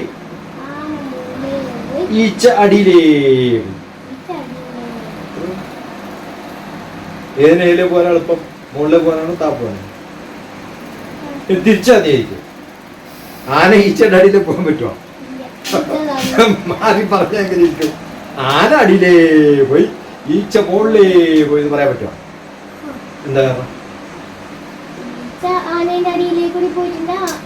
ആന അടിയിലേ പോയി ഈച്ച മുകളിലേ പോയി പറയാൻ പറ്റുമെന്ന് ചോദിക്കും.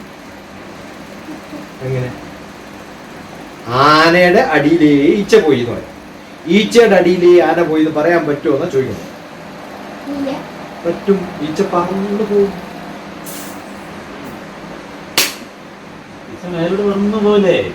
അപ്പൊ അടിയിലെ ഈച്ച മുകളിലേ അല്ലേ?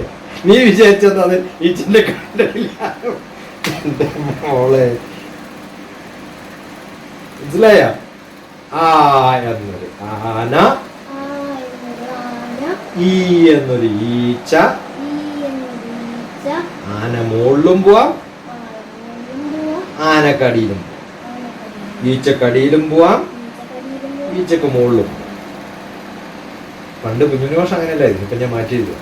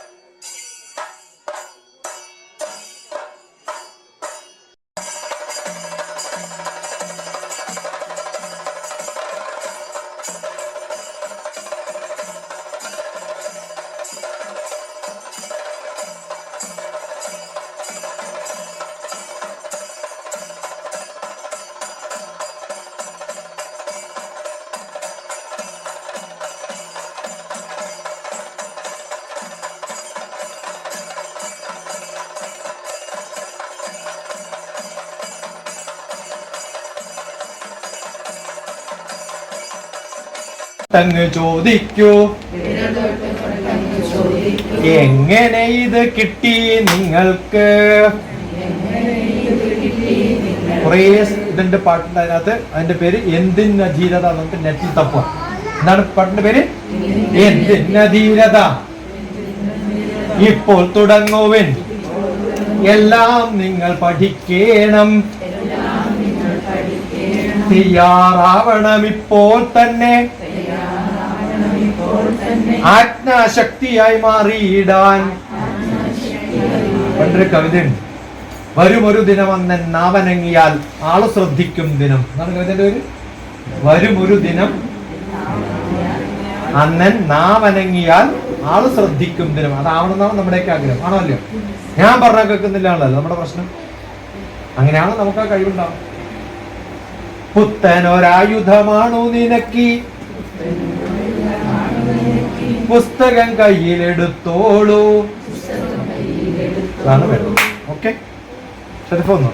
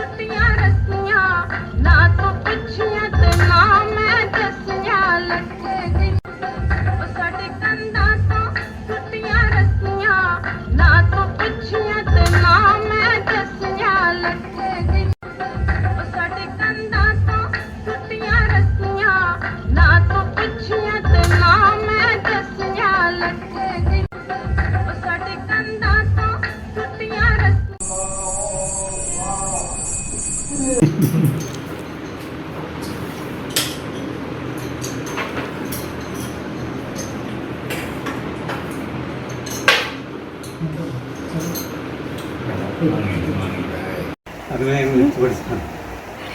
അതുപോലെ തന്നെ രവീന്ദ്രനും ഞങ്ങളെല്ലാം ഒരുമിച്ച് പഠിച്ച ആളുകളാണ്.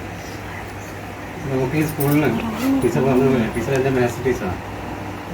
അപ്പം സ്കൂളിൽ നമ്മൾ ടീച്ചർ പറഞ്ഞ പോലെ നമുക്ക് സ്കൂളിനെ നമ്മുടെ TPS-ലൂടെ വളർത്തി ലോകം മുഴുവൻ അല്ലെങ്കിൽ നമ്മുടെ രാജ്യം മുഴുവൻ അറിയിക്കാനുള്ള ഒരു സംവിധാനം നമുക്ക് ഉണ്ടാകണം. അപ്പോൾ നിങ്ങളെല്ലാവരും TPS പറഞ്ഞതുപോലെ നമ്മൾ മാറ്റം ഉൾക്കൊണ്ടുണ്ട്. അത് ഞാൻ മാനേജ്മെൻറ്റ് ഇപ്പോൾ തയ്യാറാണ്. അതുകൊണ്ടാണ് ഇത്തരം പരിപാടികളൊക്കെ സംഘടിപ്പിച്ചത്.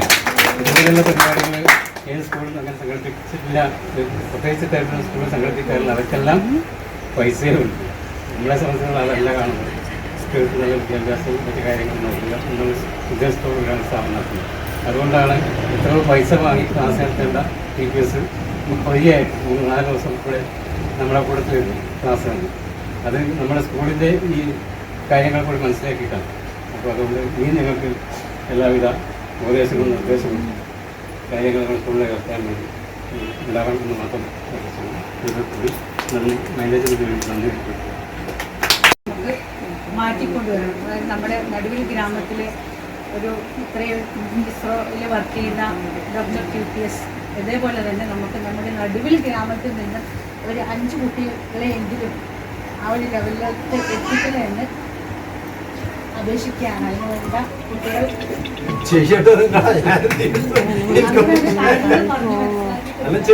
അഡ്വാൻസ് പൈസ ഓൾറെഡി ട്രാൻസ്ഫർ ചെയ്തിട്ടുണ്ട് ഷെറഫിന്റെ പേര്. അതുപോലെ തന്നെ പറയാനുള്ളത് നമ്മുടെ കുട്ടികൾക്ക് നമുക്കല്ല എല്ലാവർക്കും തന്നെ TPS എന്ന് പറയുമ്പോൾ ഒരു ഭയം ഉണ്ട്. ഇപ്പോഴും ഉണ്ട്. ഇതൊന്നും പറയണ്ട. ഈ പറഞ്ഞ ഷറഫ് 3 പ്രാവശ്യം അവിടെ നിന്ന് തിരിച്ചു പോയത് അതിനോട്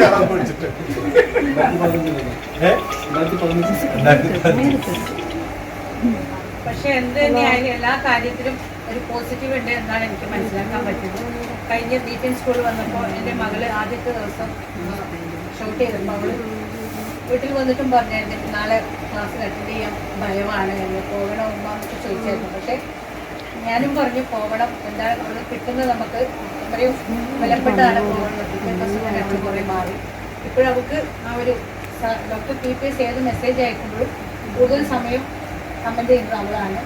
അപ്പോൾ ഇതാണ് ഡോക്ടർ TPS ഇടയ്ക്കിടയ്ക്കുള്ള മെസ്സേജുകൾ കൂടുതൽ എനിക്ക് കിട്ടുന്നത്. അപ്പോൾ അങ്ങനെയൊരു എന്താ പറയാ സ്നേഹം അവൾക്ക് കൊണ്ട് എനിക്ക് കിട്ടുന്നുണ്ട്. ശരിക്കും ഇതൊക്കെ കണക്ട് ചെയ്യാനും ഇന്ന് ഈ വീടുണ്ടാവാനും കാരണം ഞാൻ BTM-ൽ ഒരു പ്രാവശ്യം ക്ലാസ് എടുത്തപ്പോൾ അന്ന് അവിടെ സ്റ്റുഡന്റ് അല്ലാത്ത ഫർസാന അല്ലെ, ഫർസാനയുടെ ഭാവി തീരുമാനിക്കുന്ന ഒരു കാര്യം വന്ന സമയത്ത് ഞാൻ അതിനകത്ത് ഇടപെടുകയും അവരുടെ ഉമ്മയും ഉപ്പയൊക്കെ ഇവിടെ എന്നെ കാണാൻ വരികയും ഞാനും ഫർസാനയും തമ്മിലുള്ള ബന്ധം കൊണ്ടാണ് ഞാൻ ശരത്തിനെ പരിചയപ്പെടുന്നത്. ശാലയുടെ 4ാമത്തെ ദിവസമാണ്. ഏപ്രിൽ 27 തുടങ്ങുന്ന 30 വരെ നടത്തിയ ഒരു പ്രോഗ്രാമിൽ ടീച്ചേഴ്സ് പറഞ്ഞു ലോകം മാറിക്കൊണ്ടിരിക്കുകയാണ്, അതിനനുസരിച്ച് നമ്മളും മാറേണ്ട അവസ്ഥ കഴിഞ്ഞിട്ടിരിക്കുകയാണ്. അപ്പോൾ ഓരോ ടീച്ചറും എങ്ങനെയായിരിക്കണം കാലത്തിനനുസരിച്ച് മാറുന്ന ഒരു ടീച്ചറായിട്ട് വരണം എന്നുള്ള ഒരു നോളജിൻ്റെ ഒരു കലവറ തന്നെയാണ് നമ്മുടെ TPS. അപ്പോൾ TPS ഓരോ കാര്യങ്ങളും പറഞ്ഞു വരുമ്പോൾ നമ്മളത് എത്രമാത്രം ഉൾക്കൊണ്ടു എന്നുള്ളത് മാത്രമല്ല, അത് പ്രവൃത്തിയിൽ കൊണ്ടുവരുമ്പോൾ മാത്രമേ എനിക്ക് തോന്നുന്നു TPSന് ഹാപ്പി ആയിട്ടുണ്ടാവും. നമ്മൾ ഒരു ക്ലാസ് കഴിഞ്ഞു, നമ്മൾ കേട്ടു പോയി എന്നല്ല. അതാണ് TPS എപ്പോഴും പറയുന്നത്, നിങ്ങളത് പ്രവൃത്തിയിൽ കൊണ്ടുവരിക, അത് കാണിക്കുക എന്നുള്ളതാണ്. അപ്പോൾ നമ്മളും അതിലെല്ലാവരും തന്നെ BTM-ലെ ടീച്ചേഴ്സായ എല്ലാവരും തന്നെ TPS പറയുന്ന തിയേറ്റർ സ്കൂൾ എന്ന കൺസെപ്റ്റ്, പിന്നെ അദ്ദേഹം പറഞ്ഞു വന്നു ആദ്യം മുതലേ പറഞ്ഞു ഓഗ്മെന്റഡ് റിയാലിറ്റി, അതായത് കുട്ടികളെ പ്രാക്ടിക്കലായിട്ട് എല്ലാം ടച്ച് ചെയ്തും അതുപോലെ പാട്ടുപാടിയും കളിച്ചും രസിച്ചും പഠിപ്പിക്കുക. അതിനെൻ്റെ ജ്ഞാനം സ്കൂൾ ഞാൻ വിട്ടുതരാമെന്ന് അദ്ദേഹം പറഞ്ഞിരുന്നു. അതുകൊണ്ട് ഫ്രീ ആയിട്ടാണെങ്കിലും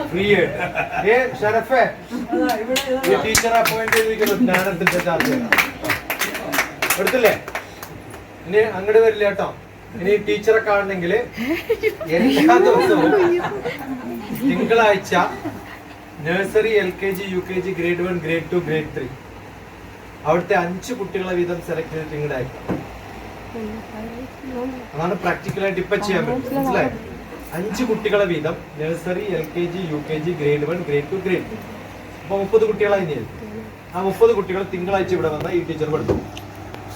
ആ ടീച്ചർ എന്ത് പഠിപ്പിക്കണമെന്ന് ഞാൻ പഠിപ്പിക്കും. അത് വിട്ടു, അത് ഓൾറെഡി പറഞ്ഞു. ഓക്കെ, നിങ്ങളുടെ ഭാഗം തന്നെയാണ്, BTM-ന്റെ ടീച്ചർ തന്നെയാണ്. പക്ഷെ ഇവിടെയാണ് ഉണ്ടാവുന്നത്. ശമ്പളം ഞാൻ കൊടുക്കുന്നില്ല. പുതിയ ശമ്പള സ്കെയിലും ഫീസിന്റെ സ്ട്രക്ചറും ഞാൻ ഇന്നലെ അയച്ചു കൊടുത്തിട്ടുണ്ട്. ഞാൻ നടത്തുന്ന സ്കൂളിന്റെ വെസ്റ്റ് ബംഗാളിന്റെ കിട്ടിയില്ലേ? വെസ്റ്റ് ബംഗാളിന്റെ ഫീസ് ഞാൻ ഉണ്ടാക്കി കൊടുത്ത സ്ട്രക്ചറാണ്. അവിടുത്തെ ZU സ്കൂൾ മേടിച്ചു. ZU സ്കൂൾ എന്ന് പറയുന്നത് നടത്തുന്ന സാധനം ഇവര് മേടിച്ചു, പ്രസ്തുതം മേടിച്ചു. അപ്പൊ എന്ത് ചെയ്യണം എന്നുള്ള സ്ട്രക്ചറാണ് ഞാൻ അയച്ചു കൊടുക്കുന്നത്. ചൊവ്വാഴ്ച എന്ത് ചെയ്യാം, വേറെ 5 നഴ്സറി, LKG, UKG. കാരണം ഇത് അതുപോലെ നിങ്ങൾക്ക് ഇംപ്ലിമെന്റ് ചെയ്യാൻ പറ്റില്ല. നിങ്ങളുടെ ക്ലാസ് അതുപോലെ കണ്ടിന്യൂ ചെയ്യാം. പക്ഷെ അവിടെ നിന്ന് സെലക്ട് ചെയ്ത് 5 കുട്ടികളെ ഇങ്ങോട്ട് കൊണ്ടുവരാം. ആ സമയത്ത് ഏതെങ്കിലും ടീച്ചേഴ്സിന് വേണമെങ്കിൽ വേണം. ഇതിന്റെ കൂടെ ഇവർക്ക് സാധിക്കുമെങ്കിൽ ഒരു 10ഓ 20ഓ ടീച്ചേഴ്സിനെ ട്രെയിനിങ്ങിനായിട്ട്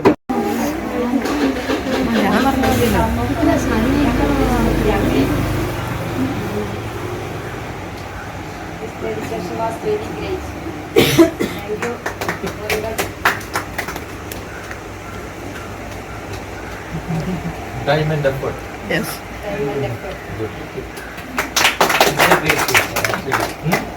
He had a lot of fear. അപ്പങ്ങളെമ്പാടും കുട്ടമായി അരികലക്കി ചുട്ടപ്പം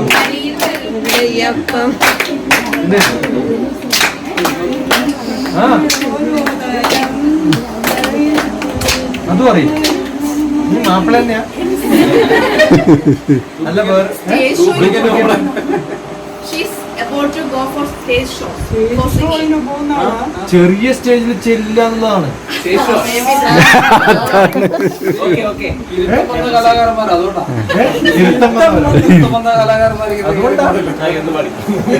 അല്ല ഫീസ് ഉണ്ടാ?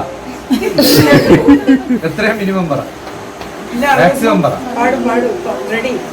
പറയേ എത്രയാന്ന് വെച്ചാൽ ട്രാൻസ്ഫർ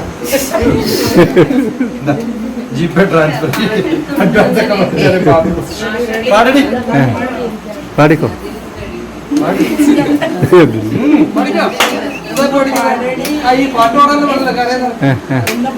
ആ ബാക്കിയെല്ലാം ഇതന്നെ പാട് അപ്പങ്ങളും. ഏത് പാടുന്നത്? ഏത് പാട്ടാണ്? ഏതാണ്? വെള്ളരിപ്രാവിന്റെ ചങ്ങാതി. അതാണോ? ആ പറയേ.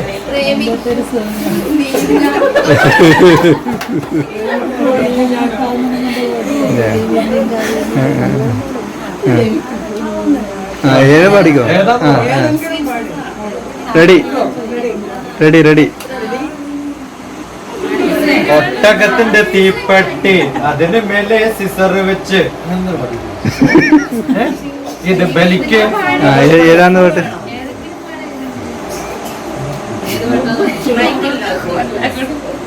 ആരാ നിന്റെ കൂട്ടുകാരാ?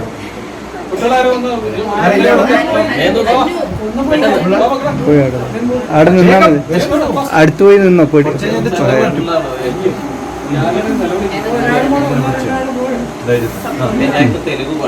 അതെ ആ റെഡി. ഏതാ വേണ്ടത്? ഏത് വേണമെങ്കിലും പറ.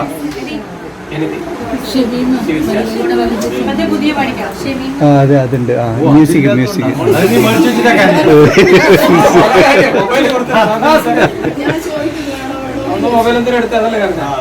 അതാണ് പേര് ശാന്തി. Rosa, I took it to take video when she's singing.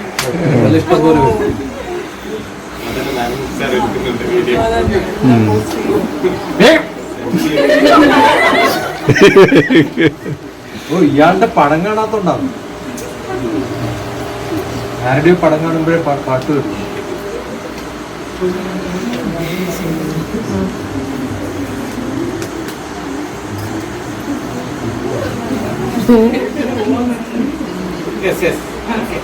ഞാൻ പോണം. ഞാൻ പോണം.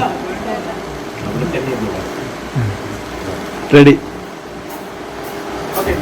യാ സ്റ്റാർട്ട്.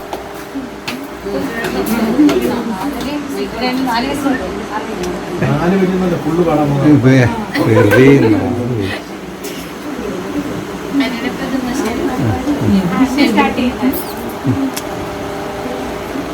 എല്ലാം റെഡിയാണ്. കരോക്കെല്ലാം കരോക്കെ അതേ കരച്ചിലാണ്.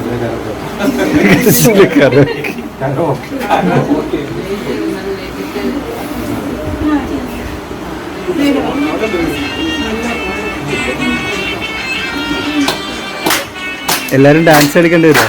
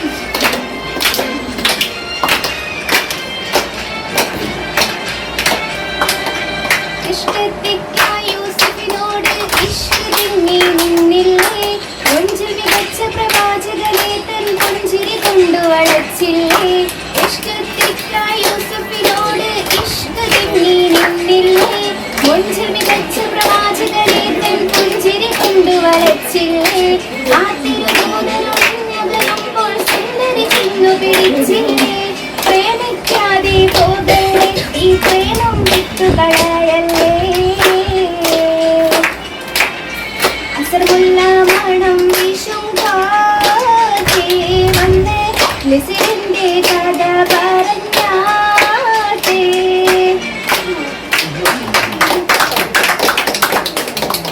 ഇതെല്ലാം കയ്യിൽ വെച്ചിട്ട് ഇങ്ങനെ പാഴാണ്ട് നിന്നാൽ എവിടെ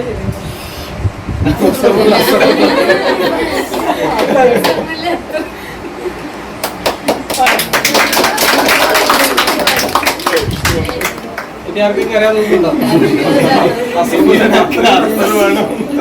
അത്തരം വേണ്ടവർ വേണമല്ല.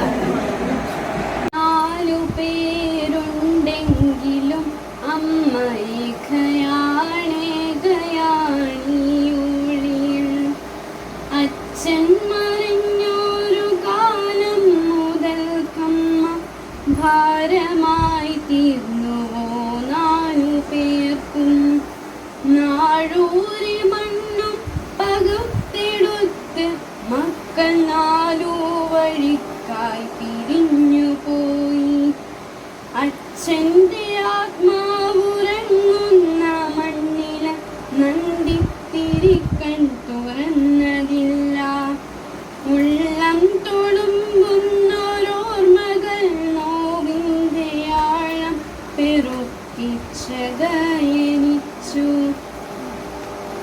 ദുശകൂനം പോലെ അമ്മയെ കണ്ടൊര മക്കൾ നടന്നു മറയുന്നതും നോക്കി നെഞ്ചു പൊളിഞ്ഞമ്മ നീരി നിന്നു ചെല്ലക്കഥകൾ നുകർന്നു രസിച്ചൊര പേരക്കിടാവോടി വന്ന നേരം ശാസിച്ചു നിർത്തി മരുമക്കളെങ്കിലും മുത്തശ്ശിക്കൊപ്പമൊന്നോടിയെത്താൻ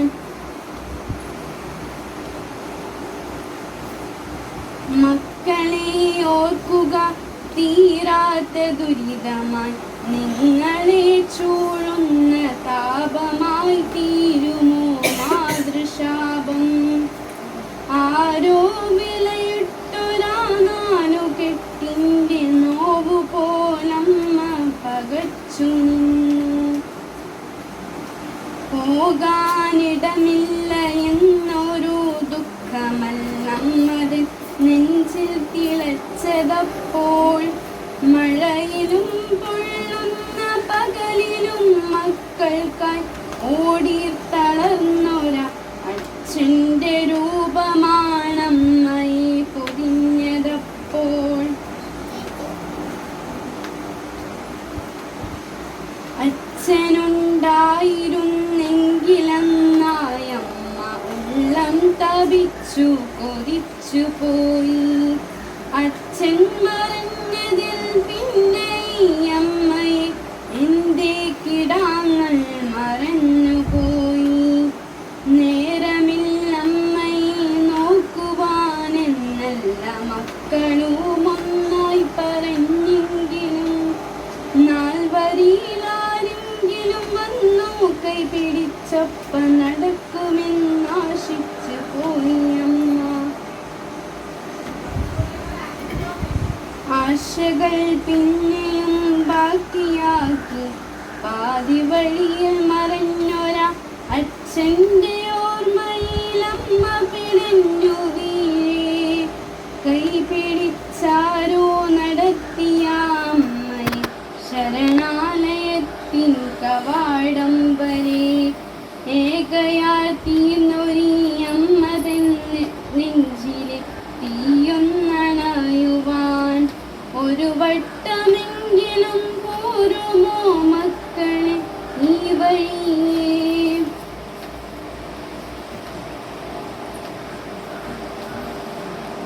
പ്രതിക്രിയായി വന്നു കിട്ടിയാലും തീരുമോ മക്കളെ നിങ്ങളെ പോറ്റിയ പെറ്റ വയറിൻ്റെ തീരാക്കടം ഒറ്റ വയറിൻ്റെ തീരാക്കടം.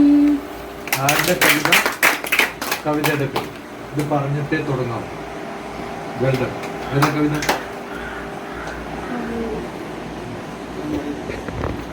ആരാ എഴുതിയത്?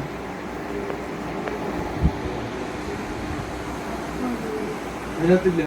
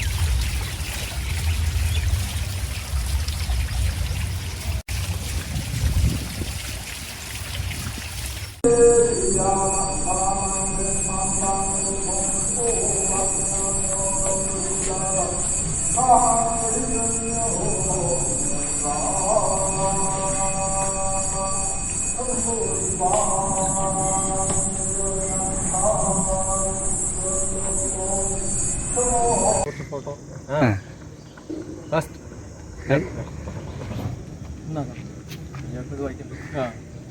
വന്നപ്പോ ഉള്ളിൽ കിടന്നുറങ്ങുന്നു. കണ്ണിനൊരു ഇതുണ്ട് മാറ്റണം പറഞ്ഞിട്ട് നേരം വീട്ടിൽ വെള്ളത്തിൽ വന്ന് അറിയില്ല കേട്ടാ. അതെയാ? എത്ര